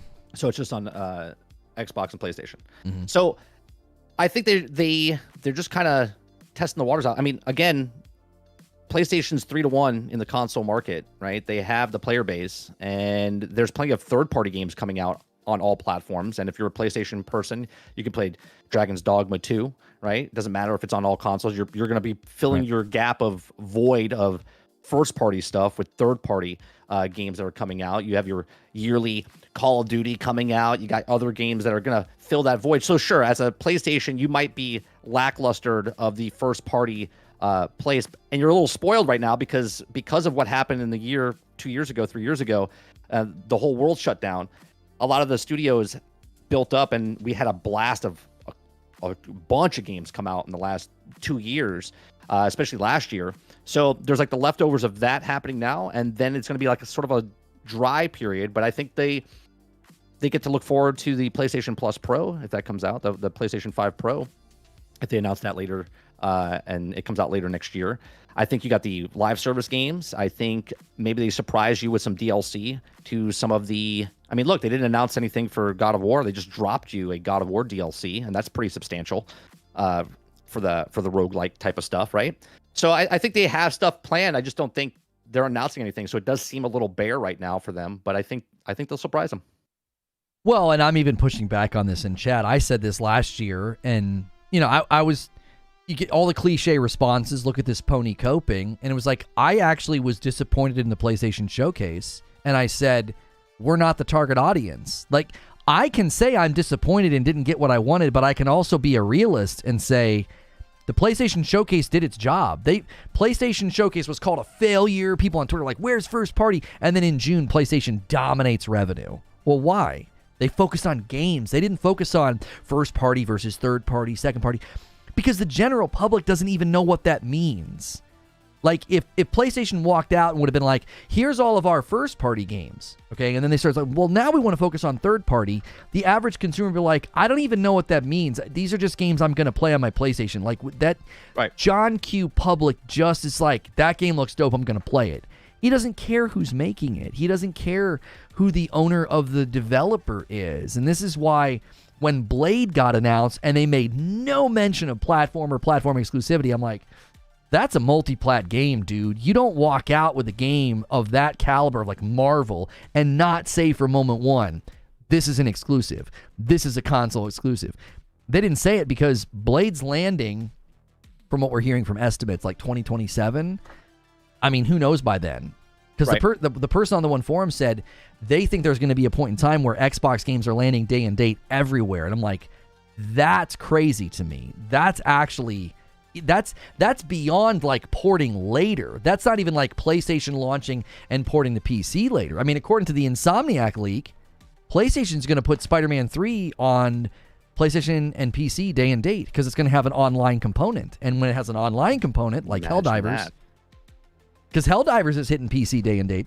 Because it's because a live service game that's like, well, they said in the one slide a year or two ago, they were like, there'll be multi-plat games. Like, our live service games are not going to launch just on the PlayStation, the console. You'll make more sales initially, right? Because the people that were waiting a year and a half, they're going to buy it day one now, and it's more hype. More people play it, more people see it. You can also help you with the marketing, because if more people buy the next Spider-Man game on day one, then they can say, oh, we sold 7 million instead of the 5, right? Because they don't have to wait a year and a half for the other 2 million people to buy it. You know what I mean? Right. Like, so that hypes up people more, because then they get to play the game. Like, oh wow, it sold 7 million copies. That must be a really good game. So it gets people excited. I think. Look, I've said it before. I said it years ago, which I think chat back then said I was crazy. I said that Sony would do day and date on PC and stuff, and everyone's like, no way, they're not going to do it. And here we are with Helldivers coming on date and date when it comes out. But hey, who am I? Just crazy. Right. And, somebody's asking what all came out from the PlayStation Showcase aside from Spider-Man. You have to remember, they had Alan Wake 2 in the trailer. They had Assassin's Creed Mirage in the showcase. They had Final Fantasy. They had a bunch of big name games that, Street Fighter was there. And when you do that, you have to understand that the general public just saw a bunch of games to buy for their PlayStation. Like, they didn't say, oh, well, X% of those games isn't first party. They don't care. They just saw Alan Wake 2 and Street Fighter, and they saw big name games that were coming, and they're like, well, yep, I'm going to buy that, I'm going to buy that, I'm going to buy that. Like, they don't look at it that way. They also saw a bunch of games forecasted for this year, right? Like Helldivers 2 and PSVR 2 games, and Arizona Sunshine, that was a VR game, and Grand Blue Fantasy Relink. Like, they saw a bunch of games coming, Metal Gear Snake Eater remake. And that's the point, is I think if you tune into anything from PlayStation and you expect a large first party presence, and when I say first party, I mean like you expect a bunch of the first-party studios to be there, you are not going to get your wish. PlayStation feels no pressure to do that. Thank you, Wired Rope, for the 5 gifteds. They're not going to do that. They're going to literally focus on first, second, and third-party. Probably a much larger percentage of the showcases and state of plays are going to be second and third-party, not first-party owned studios. I think the showcase last year told us that, and when you look at that, Mike, from a marketing standpoint, do you think that ends up backfiring at all on PlayStation as far as like not allowing their first party studios? That lack, like, it feels like a lack of show of strength to some people. They're like, where are the first party games? Where are the studios? But what is the fear though? If everyone thinks PlayStation's number one, then what's the fear that if they don't show anything, right? This is where I don't understand. If Xbox is failing, right, and I'm putting myself into as a fan of one or the other, right? If Xbox is failing and they're done, then why is PlayStation so worried that they're not coming out with first-party title games, right? Like, is Xbox fans saying that the PlayStation games are not coming out, or is PlayStation fans upset that PlayStation games are not coming out? Like, I'm confused on this whole internet. See, I don't do what you do as far as covering this type of stuff, right? I just read the news and then give you my thoughts and opinions and stuff like that. Where you dive into this culture war, console war thing going back and forth, and I'm very confused by it, because if PlayStation's okay with Xbox going away to the side, but then at the same time they're upset about their own company not coming first-party titles, it's like you hate yourself. I don't understand what's happening. Yeah. Akuta Papa with a $5 super chat says, only 2 games exciting for PlayStation, Ronin and Helldivers, but I'll buy Helldivers on PC because of better performance. Yeah, I mean, and I think that's the beauty of these showcases and these lineups, is there's an amazing platformer Metroidvania game available right now for all platforms, and guess what? Plenty of people have no desire to play a game like that. Like, I look at this year's lineup, and I'm like, dude, like this is a great year. There's so many games coming out, and not just so many games, so many different games. Like, I keep telling people, don't sleep on Foamstars. Everybody's going to make fun of it and say it looks dumb. And I'm like, I think that's the sleeper hit of the year. I think that's going to be one of the sleeper hits of the year. I think that thing's got a bunch of potential to be popular. Of course, of course, of course. It's not for me, and you know what? I'm not gonna buy it, but I'm also not gonna make content on it that it's actually like stupid or not. You know what I mean? I think it looks stupid. I'm not buying it. Thanks for coming to my TED Talk. Yeah, I wish you had a PlayStation 5 though, because I wonder, like, is that a game that your son would play? No. Has he ever played? Has he ever played Splatoon? No, he's never played Splatoon. Okay. And listen, if that game crashes and burns, I'll wear it. I'll be like, hey, I was wrong. But I'm telling people, like, don't sleep on this game. Because if you look at all the previews, everybody's like, surprisingly fun. What a surprise hit. This surprised me. I'm like, that game's going to surprise people. That's what I think.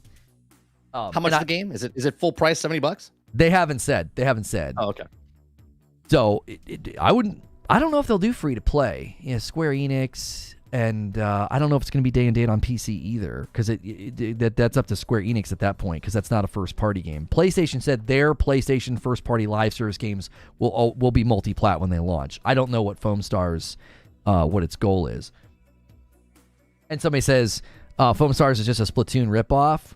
Sure. I mean, PlayStation just hit an amazing milestone in the Japanese market, and Splatoon's kind of a big hit in the Japanese market. So, I mean, they could have a lot of people that want to play that game and love it, and it could be a huge hit. I'm telling you, I don't sleep on a game just because it looks kind of weird or something like that you wouldn't play. Because, like, I've played Splatoon, and I'm like, yeah, this is okay. It's massive. It's very successful. It's very popular. And I'm like, I don't get it.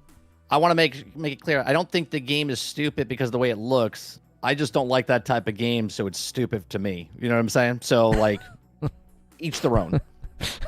You become like a Foamstars hate channel, you know? That's the only content. Oh, I can't believe people are buying this thing. You like? Yeah, I'm gonna go watch 60 hours of Foamstar content creators, and then I'm gonna bash them in their chat. That's what I'm gonna do. Yeah. Inspired? Stupid game. I would rather go play Splatoon. It's a Splatoon ripoff. How can you do this? Well, you know, people are calling it a ripoff. I mean, look, man, if that hurts your feelings, I don't know what to tell you. It ain't paint, it's soap. You know, deal with it. They're cleaning up after the Splatoon guys put paint everywhere. Go tell all the fighting games that copied each other, or all the battle royales. It's just a skin, or it's just a copy of what other game. Yeah, come on, folks. It's not that serious. I want to get your thoughts on this, because this is slightly out of the topic, but it hit this year. It hit this week, and I don't want us to not talk about this. One real quick here, $5 super chat tip from True SSJ Havoc. A guy at my job who leans Xbox said he didn't know what Xbox's first party was. He was also cool with Halo on PlayStation. He said it would raise the player count. Yeah, I don't think we didn't really talk about that. About, you know, is there any potential optics or PR damage to Xbox when this starts to happen? Because I think that the people on Twitter and the forums and YouTube, we're in such a bubble. We think that, like, we're the reality. Do you think there is any potential consumer fallout damage, optics, PR loss, to Xbox, if and when this happens? I mean, from everything we're hearing, it's happening this year. Do I feel like they're going to have like a mass exodus of fans? Is that what you're saying? Yeah, any damage at all? Does it hurt the PR? You know, True SSJ Havoc's referencing somebody he knows. It's like, nah, that's fine. There'll be more people playing Halo. Yeah, I'm on that boat. I don't think the PR. I think, let me put it this way. I think the public perception on Twitter will be that the sky is falling, but in reality, outside of Twitter, it'll be just fine. I don't think it'd be like a speed bump at 100 miles an hour. You're just gonna fly over it. You're not even gonna feel. Or not a speed bump, a pothole. Speed bump, you would go flying. I was like, a speed bump at 100 miles an hour. Mike, have you ever done that? Have you ever hit a speed bump too fast? Yeah, no, it's pothole. Like, if you go fast enough, you just go right over the pothole. Right, speed bump, you're in trouble. You're going airborne. Somebody's like, I heard on this podcast that that's not that big of a deal. I'm gonna try that one out. I'm just gonna floor it. Yeah. Yeah, wreck their car. I'm like, that guy doesn't know what he's talking about. That John Denver's full of shit. I get a lawsuit all of a sudden. I'll be like, what is this for? Some guy tried to go 100 miles an hour and he said you told him to do it. That 30 and still gaming doesn't know anything about cars. All right. Well, this is sort of I didn't want to miss this. The main topic today was, what's a first party? Does anybody even care outside of the internet? And Xbox first party coming to PlayStation. Sky's falling. Oh my gosh. This is going to be a fun year because we're going to get to cover when and how this happens and what the public's saying.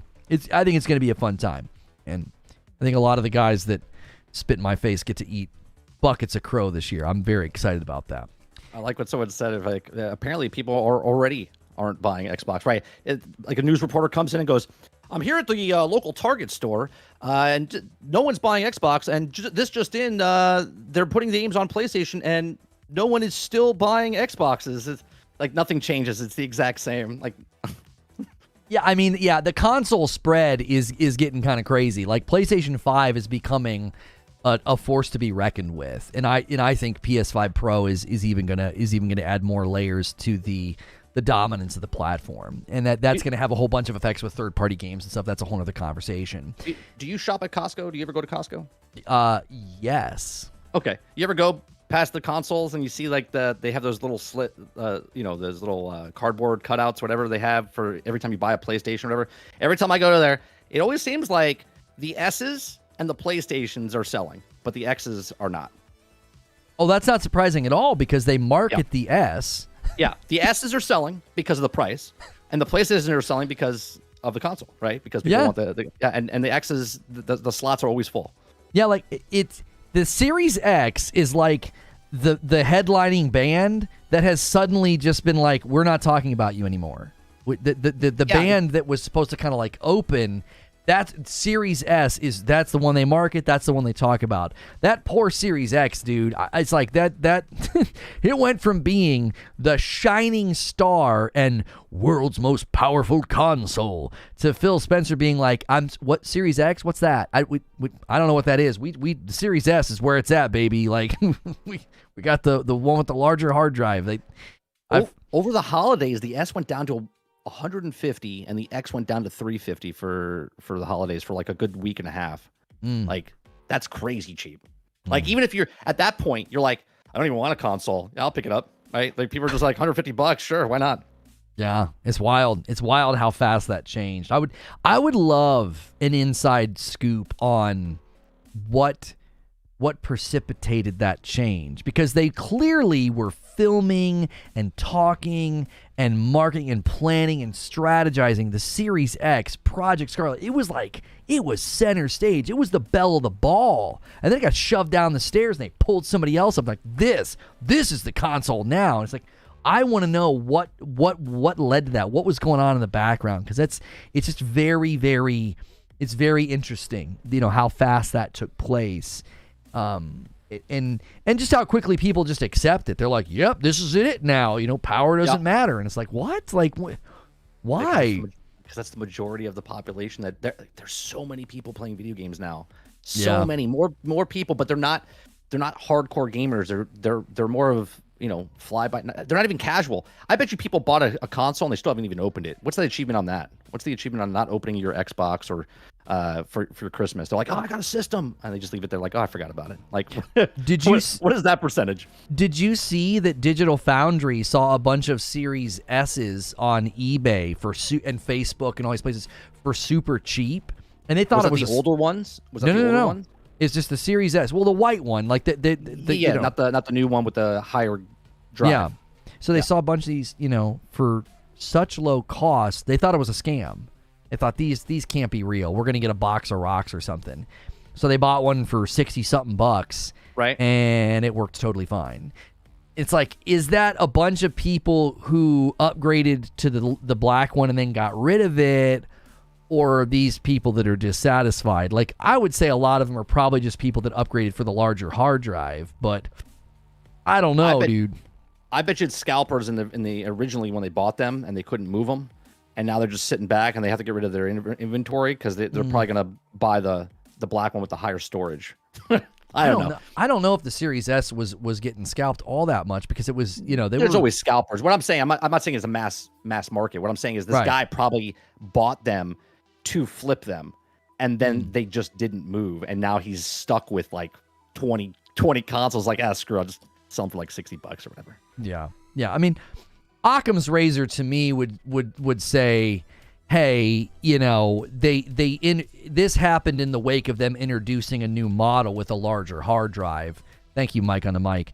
So to me, the simplest explanation is this is just a bunch of people who wanted more hard drive space, and they're just getting rid of it. I guess my only question is, do these people not realize they could have done trade-in at GameStop? Like, what are you doing? Like, you could have traded it in for more than $66. I don't know. That's a weird one. So maybe you're right. Maybe it is scalpers clearing out their inventory. Because I'm looking at right now my local on OfferUp type stuff for Series S's, and they're all around 220, 250. Like they're selling for, and that's the older ones, right? Wow, so really?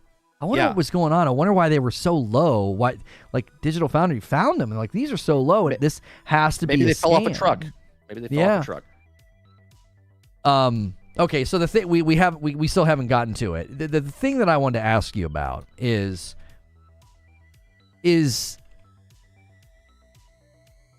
kill the Justice League. Okay. This is a real interesting one to me because they get immediate backlash last year when they show the trailer and they delay the game. And as far as we can tell, it's still the same game. They didn't make any tectonic changes to the game. And then the previews come out, and I would say 60 to 70% of the previews are fairly negative. And then there's 20% that are positive, they had a good time, and then there's 20% that are like, it was fine, hopefully it's better at launch. I would say about 60% were like, this is just not fun, we didn't like it. And then IGN was like, well, it was kind of a rushed capture event, and we had some technical problems. That's weird what they said, but whatever. So this guy from Naughty Dog, who was formerly at Rocksteady, he tweets, lift the NDA. Yeah. And gets the idea trending. Lift the NDA. Let the people that have been playing talk about the game. And they do. They lift. Was it the developer or was it Miller? Now, there's a Twitter user, his name's Miller Ross, and he was a big component for Marvel's Avengers for like the leaking community and stuff like that. And he's a data miner, and he wanted them to lift it. And then I think the dev commented on his tweet of lifting the NDA. Now, I don't know if it was him first or the developer first, but I know Miller was involved in getting it flipped. The guy that was from Naughty Dog that tweeted this, his name, if it's still, I don't know if it's still, it might not still be in my assets room. I don't think it is. Well, shoot. No, I got it. Del Walker is his name. Del Walker on Twitter, and he might not have been the only one. Maybe a bunch of them did this. Del Walker's a senior character artist at Naughty Dog, and he was previously at Respawn and Rocksteady. So there was a lot of people with this sentiment of, lift the NDA, bro. Right? Like, let these people talk about it. Let these people talk about this game. Let them say what they think. What do you think's going on with this game? Do you think this game, I'm hearing people say it's going to be as bad as Gotham Knights. It's going to go the way of Avengers. What's your take? I mean, because they lifted the NDA, I can actually speak. I played it. I put in 8.5 hours into the open alpha when they had it out in late November, early December, and I thought it was great. But take what you want from me, because I also played Marvel's Avengers, and I had fun. I didn't think it was great, but I had fun with that game. And I also played Gotham Knights, which I enjoyed. Wasn't fantastic, but I enjoyed it with the story and then what the stuff was. This is not those games, okay? This is not Marvel's Avengers. This is not Gotham Knights. This is actually a really fun game. Like the gunplay, the traversal, the upgrading, the building, everything about this game, and the story. The story, my biggest sell for this game is the story. If you like Rocksteady's storytelling with Arkham games, with the Arkham series in the past, you're going to like the storytelling, because in the alpha, you play about 2.5 hours worth of of actual story, the voice acting, the just the stuff that's happening in the game, and it's gruesome. Like there's stuff that happens in this game. You're like, oh my god, right? Like I can't believe they just did that with Batman, right? Like it's awesome. So if you like Rocksteady for the storytelling, then I would say if you like this game, if you don't want to pay the full price, wait for it to go on sale down the line. But I think this is going to be a successful game. I think it might not be publicly accepted because it's that live service. A lot of people, because it's not I mean, even IGN said, well, it's not the Batman game I was looking for. Well, that's because it's not a Batman game, you moron. Okay? Like, people are looking for this game to be something it's not. And that's the biggest discredit towards it, right? It's not a Batman Arkham game, and that's why it's bad. Okay, not because the game is bad. It's because it's not a Batman Arkham game from Rocksteady that they were looking for, because they waited 8 years for it. But the actual mechanics of the game, it's fun. It's a fun game to play with buds. It's a fun game to play solo. It's a fun game to level up and do different builds. And if you like the looty shooty type stuff, it's there. And it feels more like Borderlands, okay, than it does like a Destiny or Warframe or a Division. It's just really fun. It's an interesting time, I think, in gaming, because I basically said that it's really difficult to look at a game like Avatar or Lies of P or Kill the Justice League and not think they saw some really cool stuff happening 3 or 4 or 5 years ago in the gaming market, and they thought, we're gonna do some of that. And then 4 or 5 years pass, and everyone's like, we're sick of open world Far Cry style games, right? Well, I don't remember in 2019 or 2018 everybody saying that. I remember playing Assassin's Creed Origins and, everybody really liking it. And I don't remember there being this animosity towards Far Cry. It kind of started with Far Cry 6, the one with Giancarlo Esposito. And then, the live service thing. It's like, there was this big boom, this big explosion in 2017, 2018, 2019. And so I think I understand intellectually what happened. Like, a lot of these games said, let's do that. That's awesome. 4 or 5 years later, they can't be like, well, we got to completely change course because the hive mind of the players and the general public, they don't like this anymore, right? But I also think there's this oddity happening right now, which is if you're fatigued with the franchise or you're fatigued with the genre, you kind of take it out on a game that lands in that lane.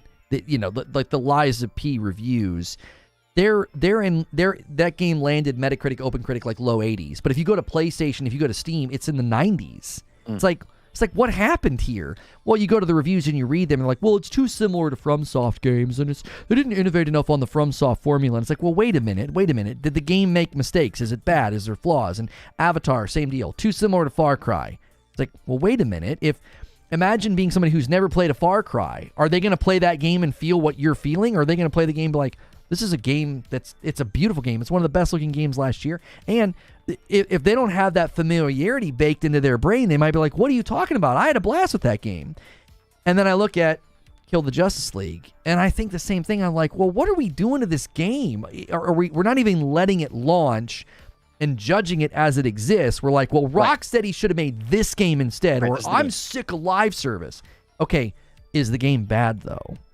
Right, and that's the funny part to me, because I wrote it down, right? IGN literally in the opening. Did you watch the video of IGN? No, I did want to know. Did you have trouble shooting the Flash? Is he too fast? Well, we didn't get to play the Flash in the alpha. We didn't get to do a boss fight. Okay. You got to see Green Lantern, and then right before the fight starts, it cuts off and says you've completed the alpha, and you can now explore the city or whatever. Okay. But in the IGN, he starts off by saying, this is not the Batman game I was looking for this Christmas, right? And it's like, well, it's not a Batman game. It's the Suicide Squad Kill the Justice League. Why you should just say, this is not the Superman game I was hoping for. Exactly, right? So then he goes into saying that Poison Ivy has a bomb in her head, and she's a child in the game. Okay, and he mentions child slavery in the game, right? And I'm like, okay, so that's 2, check, right? Then there's a bus, it's just a bus that flies out of the sky, and it lands on the top of the building, right, to save people. And he says it's got a Fortnite bus in it. And then he says the Flash is too fast. And I was like, I can't even with this. Okay. What he didn't mention in his video is that there's emote wheels, and there's notorious weapons, and there's no grade for weapons, and there's a day-night cycle, and that the Flash actually has special bullets that you have called Speed Force bullets that you have to actually shoot at the Flash to slow him down so you can do damage to him, right? They didn't mention any of this in the IGN video. He literally just shat on the game for what it wasn't than what it is. He said he was getting knocked out of randomly, doesn't know why, but if you slow down the footage that he says wasn't his footage, which was submitted from the actual company itself, he jumped into a plant of poison ivy, and that's why he got knocked out of midair, because he ran into a flower. Okay, and then on top of that, he didn't know why he got hit by the Flash. Now, the footage that he shows in IGN's footage is not his Flash fight. It was provided to them, but he says, I don't know when Flash was hitting us because there's no markers. And yet in the video, you can't make this stuff up. You can see the Flash charging up and launching a lightning bolt towards his direction, and it hits him. And he's like, I don't know why I got knocked out of it. And I'm like, oh my God. Right? It's mind-boggling to me the amount of length people go to hate on something so bad. They have nothing to do, and now they're talking about the UI system. Okay, the UI system's bad, it's too cluttered, even though the actual content creators that went to the actual thing said you can turn off the UI system if you don't like it. If you don't like the numbers, turn it off. If you don't like this, turn it off. You can actually have no HUD on the actual screen, but they don't let you know that from IGN. IGN says there's slavery in the game, there's Fortnite buses, and Flash too fast, and it's not a Batman game. Thanks for watching. What? I wanna try my best to give some insight into how this happens. Okay.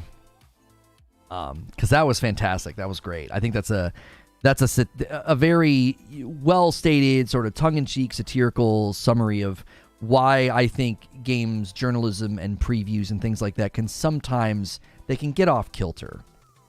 I do think there's also a big difference between previews and reviews when they get the game and they've got multiple weeks to spend with the game. So let me attempt to explain, not that, IGN or, the person that did the IGN review, not that I'm like out here trying to defend them. That's not my goal.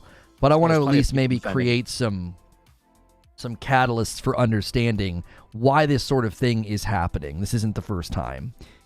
So I went to the Anthem Capture event. This is a number of years ago. Mm-hmm. And they sat us all down, and they get us all ready, and they say, this is what you can capture, can't capture. Sure. Like, cool. I'm playing for a couple of hours. And then I'm sitting next to a guy who's like, dude, the combos are amazing. I'm like, what are you talking about? And so he breaks it down for me. And I'm like, oh, well, the game didn't explain that. I remember always saying this about Anthem. I'm like, they didn't explain the combos in the tutorial. So everyone was playing it like a shooter. And they're like, this game sucks, right? So I had 2 hours of footage where I look like an idiot. Because I'm like, I didn't know about that. Okay, cool. And then the next batch of my recordings were significantly better, to the point that I deleted my earlier recordings. I didn't even want them. I was like, I'm not going to use those. So when you go to these events, you're in a big open space, you got headphones on, you're sitting in front of a monitor, you might be interacting with a controller or something that you're not familiar with, and you are trying in a very quick amount of time to get as much footage as you can and as much information as you can so that you can put the video together. Correct. And I think that's why this sort of thing happens. You got a guy, he's like, got headphones on, he's like, huh? What? Okay, cool. And then he's playing, and he's like, the flash is too fast. Oh my gosh. Or there's bright lights, so maybe he was having a hard time seeing, right? It's like, I didn't see the charge up because I saw the footage you're talking about, and I'm thinking, brother, there's on-screen indications. Like you said, there's like a charge up. It's like, what's going on here? I'm trying to give you guys a little bit of an insight as to how somebody like this could misfire so significantly. it's because of the nature of these events. I don't think I think games are becoming a little bit too, I just think games themselves have become bigger than they used to be. There's more going on. There's more happening. 10 years ago, you could go to a capture event and, the games I think were a little bit more self-explanatory. They weren't nearly as complex. Games were shorter. They were smaller in scope, etc. I think it's a little bit harder now to go to a capture event, especially of this type of game. It's a game spent better with buds. Sure. Ongoing, live service, online, all that. And you're like, yeah, I got a couple of hours to blast through this, get footage, try to get an idea of is the game good or not?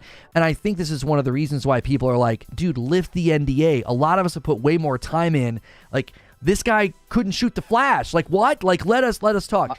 So I get the misfire here. I'm trying to create some empathy and believe the best about people that do this. I want you to look. I just sent you in Discord. Okay. Click on it, but just lower the volume, right? Just turn the volume off. This is me capturing the IGN video of what he was shooting at in this moment. Okay. Why would you put this in your video? This was his footage, not provided to him. This was his footage. And I want you to go look at it and tell me if you would put that in your final copy of your actual video to put online for people to watch. I need a timestamp, but this is an hour and a half long video. What's the timestamp? No. It should be clicked. That's the wrong one. Wrong one. Sorry. It's okay. Let me grab the one with the. Right. It's absolutely. What the hell is it? Absolutely ridiculous. That's not the one. Well, keep talking. I'll send it to you. Okay, yeah, so those of you that are saying lift the NDA, that's why we're talking about this. They actually got them to lift. Lifted the NDA. Yeah, portions of the NDA. A 2-spot from Akuta Papa says, this is why we don't trust IGN Destin. This is the thing. It's not a matter of trust, right? Now, I have my own gripes with the games media and the lack of journalistic integrity and how they significantly failed me personally. They failed me 4 years ago, okay? There's a lack of journalistic integrity. There's a lack of reporting on things as journalists and correcting false reports, right? With what we would call a retraction. Don't just go and edit your post, right? So I'm the first person who has an axe to grind and a bone to pick with the games media. But I also know that, look, man, they go to these events and I think they're just doing the best they can. I don't think they're coming back being like, I'm going to mislead everybody about, kill the Justice League. I think they go to these events, they literally do the best that they can. And they come back, they're head spinning, they're jet lagged. They're like, okay, got to put this video together. Yeah, I was kind of not having a great time. And it's like, oh my gosh, that's why people were saying lift the NDA. The thing is, where someone's saying, where's all the positive reviews? It's not about IGN not giving it a positive review. It's about reviewing a game that you play tested, and you're not even reviewing the game. You're reviewing the game based on what it wasn't compared to what you played. And that is the problem with that take from IGN. It has nothing to do... Go ahead. I was going to say, what am I looking at here? I got a guy shooting. Walk me through this clip. Look, what is he shooting at? I don't know. I saw him just shooting at a guy and then something exploded. No, he wasn't shooting at a guy. He shot the floor 7 times and then shot to the right 3 times and then finally shot the guy. And that was in his final footage. Oh, yeah. He's all over the place. Right. Okay. So now when someone says that, well, there's things hitting me out of the blue and I don't know why, and the gameplay, there's also auto assist, aim assist in this game, right? Like if you let go of the trigger and then hit the trigger again, it'll pop onto the guy. So for actually, what's it called? Saying that the game is bad and yet you are just not a good gamer because you see other people's footage and you're like, that's not anything that I saw in his footage, right? And it's just laughable to me that in the edit, you would look at it and go, maybe I should pick something else that I'm actually hitting something. instead of putting it out there and going, yeah, this game is just not very, and then showing your footage of falling and hitting because you don't understand what's going on in the game.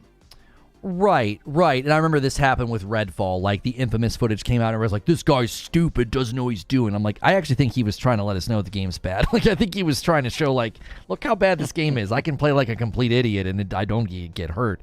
Akuda Papa says, that's why I've been critical of mainstream gaming media. You broke me on that. Thank you for the 5 spot. I don't know what you mean you broke me on that. Some people have weighed in on this too, like Del Walker, the guy that said lift the NDA. Gene Park weighs in and says, this is something I've debated in my head for a long time. Imagine someone showcasing Street Fighter 2 doing only low sweeps and light punches. In my opinion, being able to play a game is a game literacy issue. If you can't play the game, you can't consume the work properly. And this guy says, thank you for articulating it perfectly.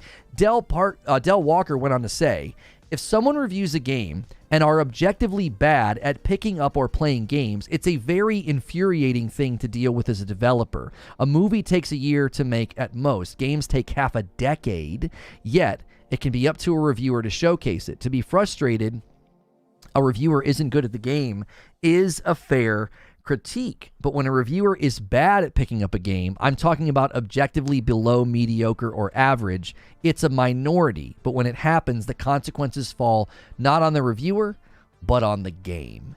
And I think that's very, very well stated. And I even said, I reference myself here, Returnal didn't get the critical acclaim that it deserved because I didn't beat it because it was a little imbalanced. Biome 3 was a huge cliff. They rebalanced it later, and then I was able to get past it. I beat the game. My opinion of the game utterly changed after I beat it. And I guarantee you, the game's journalists that were talking about it and reviewing it, I bet you 70% of them didn't beat it. They just couldn't get past it. It was a hard game. If I'm doing an example, an analogy of I'm learning baseball for the first time. Okay, I've never played baseball for the very first time. I'm reviewing baseball.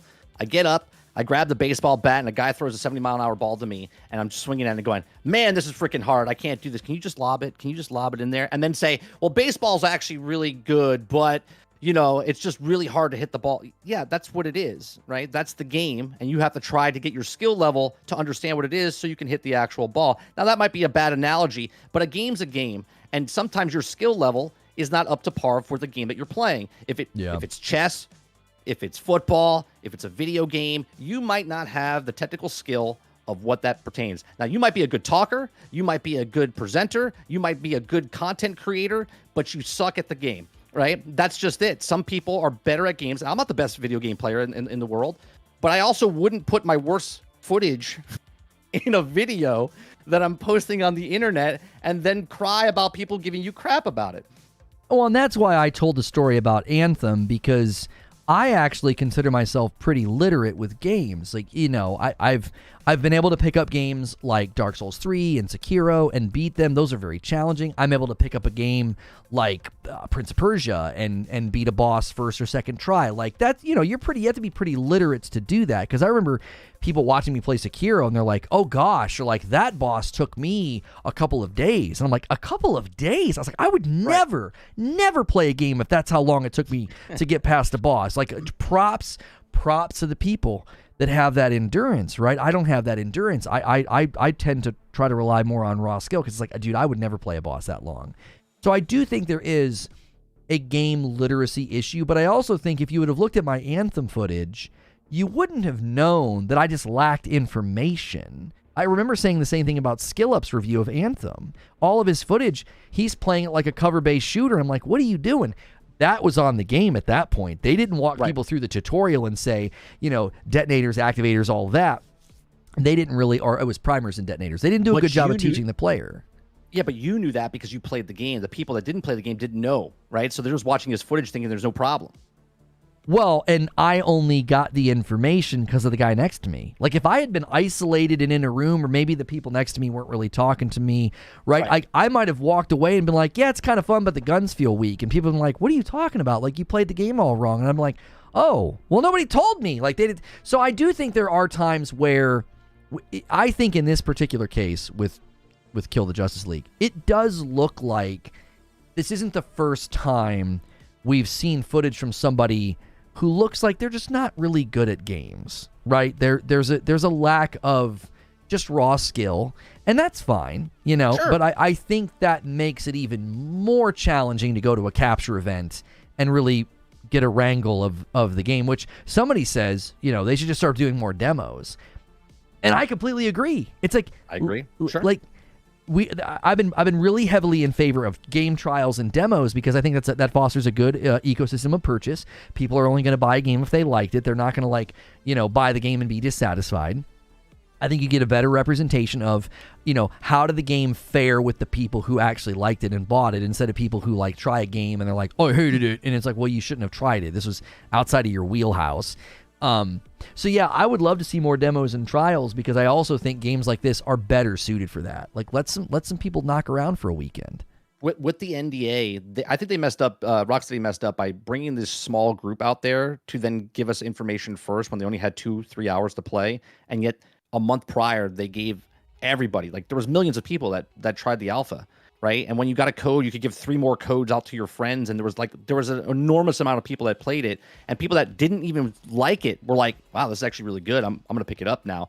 And they kept us quiet. Meanwhile, the people that were telling, you have people like IGN telling stuff that's not even part of the game, and then everyone's like, we're at the beckon of the NDA going, this guy's telling the wrong information. Let us speak. Let us speak about this. And if you go on YouTube now, there's plenty of people giving you their opinions about the game. Good, bad, indifferent. But at least the actual information, people were playing it for 30 hours that weekend. These guys got to play it for 2. Who do you think is going to know more information about the game? Right? So it's a little strange that they did the NDA the way they did. Okay? And to answer a real quick question, someone asked, how's the controls feel? The controls feel phenomenal. When you first start playing the very first part of the alpha, if you didn't play it, you get to try out each character, okay?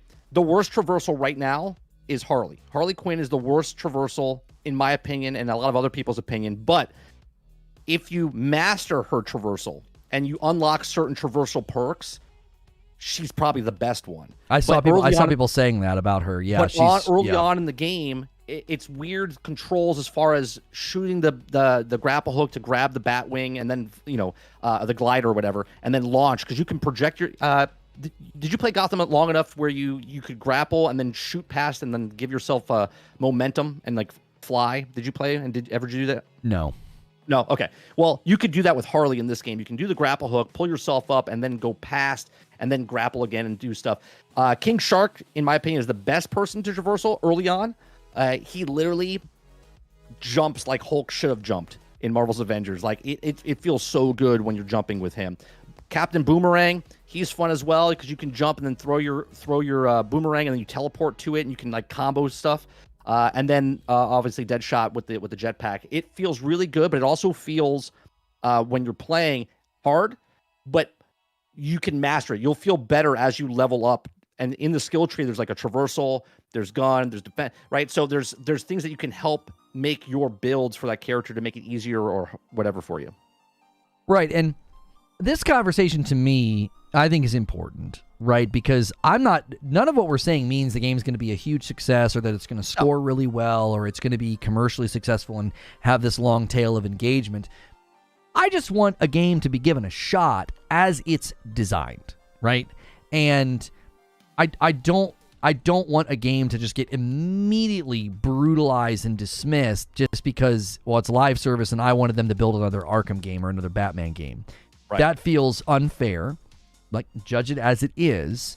And if they make flaws and there's stuff like that, like Harley shouldn't feel like garbage in the beginning of the game. I've always said, a character's movement, traversal, and combat, it should feel good all of the time, and it should get expanded upon and enhanced. I should never be like, well, yeah, they suck for 10 levels, and then you get to level 11 and everything gets better. I've always said that's bad game design. Like, the characters should feel good from the beginning. So hopefully they can take that feedback, because I am seeing people say that. Okay, well, maybe Harley needs to be faster in the early game so that people are incentivized to play her and level up her traversal to get to when it's good. Like, you have to kind of grease the wheels a little bit. Would that feel like, though? Because if she's better in the beginning, and then she's, like, faster or better, and then as you upgrade, she gets worse? Do you know what I mean? Like, I'm not saying subjectively better than how she ends up. I'm saying make her better. Okay. Maybe make her better than she is right now. So, like, okay, she's pretty good, but you still need to enhance as they level up. I think what happens sometimes is, like, the character's value is, like, down here, and then it's there's this weird cliff where, like, if you can get over, That- like, oh, now they're great. That's what happened with Hulk in Marvel's Avengers. Hulk was the least amount of character used, but if you build him up in your skill tree, he was the most OP person. And then when people started seeing the builds people were making, they're like, oh, well, I'm going to go. But you got to put in like 5-6 hours to get him up to that point. Yeah. Right. Yeah, it should be naturally and organically incentivized to engage with the character, weapon, skill tree, whatever. It should be organic, and then it should get better as you play. It should never be like, this character is going to suck for 10 levels, and you're like, well, how long is that going to take? Well, about 5 hours. Like, I don't want to have a bad experience for 5 hours hoping the payoff's good. Like, I want to enjoy the character the entire time. So hopefully they can take that feedback and make some adjustments. And I've had people accuse me like, you're just simping to try to get in good with Rocksteady. I'm like, when have you ever watched my content and thought that I gave a rip about what a developer thought about me? Like, if a game missteps or misfires, I throw the gloves to the floor and I punch them right on the jaw. Like Star Wars Jedi Survivor, I got a code to play that game early, and I tweeted that I hope they didn't get any game awards because it launched so poorly. So if you think that I'm like, let the game launch, give it a fair shake, you think, yeah, you're trying to get in good with the devs. Brother, they'll get the same knuckle sandwich if I think the game's bad. Like, I don't care about that. I do not care. If a developer doesn't want to work with me because I'm too harsh, so be it. Like, I'm never going to praise a game in the hopes of getting in good with the dev. It's never been my concern. My platform's not even built around reviews and gameplay. I'm just looking at this game, and I looked at Liza P, and I looked at Avatar, and I thought, come on, man. Why do we keep judging games against what we think they should have done? Right, or your expectations, Yeah, it's like, no, judge the game as it exists. That's what I think. Real quick, Chris. Yeah, she doesn't feel bad in any way. She just feels early on, traversal-wise, she feels a little weaker, or a little, I shouldn't say weaker, more difficult to figure out than the other three. Yeah, but they all feel good. The gameplay feels good, and you're gonna see when people master these characters and their traversal as they level up the skill levels and stuff and get really good, you're gonna see some really cool gameplay with this. And as they add more characters, it'll be interesting to see what their traversals and stuff are. Well, we every Friday do this segment, and then we roll over into a VIP segment. It's something that I do with Mike as well as my producer. So if you are at the VIP level or higher, then you can come with us. Now, for those of you that have received a gifted membership today, tons, 120, we're 5 away from another milestone. Every 25, I gift 5. So I've already gifted a bunch today. I might have to gift more if you guys do anything here in the last few waning minutes of the show. You guys unlocked Community Game Night for tonight. We're going to do an extra one. So if you got a gifted membership, be sure to set your noties to on or get in the Discord. If you're a gifted membership, you get to be a part of everything we do here in the Discord as well as Community Game Nights. So make sure you're here tonight for that. You did not hit the stretch goal, so it's not going to be a fighting game. Like, you don't get to beat me up tonight. And Creature won't be here either. He was right. He was not in danger. So everybody can come to Community Game Night tonight, so make sure you're here around 8 p.m. Eastern. I'm going to give my wife the night off, and I'll play some games with you guys. So before we go to VIP, though, Mike's name should be clickable in the description. So click his name, throw him a sub. Mike, tell him what kind of content they can find, what you're working on, and what shows you got. Monday through Thursday, we do a morning show from 10 o'clock in the morning till noon Eastern. Read the news, cover the news, chat with chat live. And I do live breakout videos during that time frame. Monday through Wednesday, we play video games. I played a little bit of Ghostbusters Spirits Unleashed this past week, and I finished Starfield's main campaign. We're done with that. And then we do podcasts. I do starting another podcast. I did one episode last month. It's called 30 Podcasts, chatting with and then whoever's on my show. And then we also do a podcast called Generation X Gaming, which is a weekly podcast that also goes over a few top stories in the past week, and we rant along the way. So that's what we do. Perfect. Guys, make sure and click his name below. Throw him a sub. Enjoy his content. He does great work. His podcast with his brother is fantastic. They've been doing it for a super duper long time. And thank you, Hex, for doing 5 more, getting us to 125. There's 5 more from me. So that is 150 members today. 125 from you, 25 from me. 150 members today. All of y'all can come tonight to the did this not complete over here? I don't think it completed. I'm trying to schedule the VIP stream. All of you can come to the stream tonight, the community game night. You guys are at 2519. So you needed 2750 to unlock the fighting game and making creatures show up. That you didn't hit that. We'll have to think of something else for that goal maybe next week. But you guys crushed it today. You helped us get to 2500. So I'm going to see everybody tonight, man. It's going to be a good time. Make sure you're connected in the Discord so you don't miss out. And let me get this VIP stream set up so we can head to that. We do one VIP stream a week. So if you're looking for a membership to maximize the content to consume, the $6 a month membership gets you into basically everything except for the once a week VIP stream. So you get into the Discord, you get into the writer's room, you help us plan shows, and that $6 is the best value. And all of you gifteds can upgrade if you would like for $1, and then you get into more. So we let you sample the content, we let you sample the Discord, we get you in, and if you like what you see, you can pick it up yourself. So let me start this VIP stream. To the rest of you that enjoyed the shows today, I hope to see you tonight. If not, have a fantastic weekend. Smack like on your way out. Try to get this video to 300 likes, and maybe loop back and leave a comment if we didn't get to what you said. I'll look at those comments and maybe reply to some. And let me start this VIP stream. Thanks so much for being a VIP or higher. We are taking those upper levels of VIP and asking folks to downgrade. We only want to have 3 tiers on the channel: gifted, member, and VIP. So 5, 6, 10.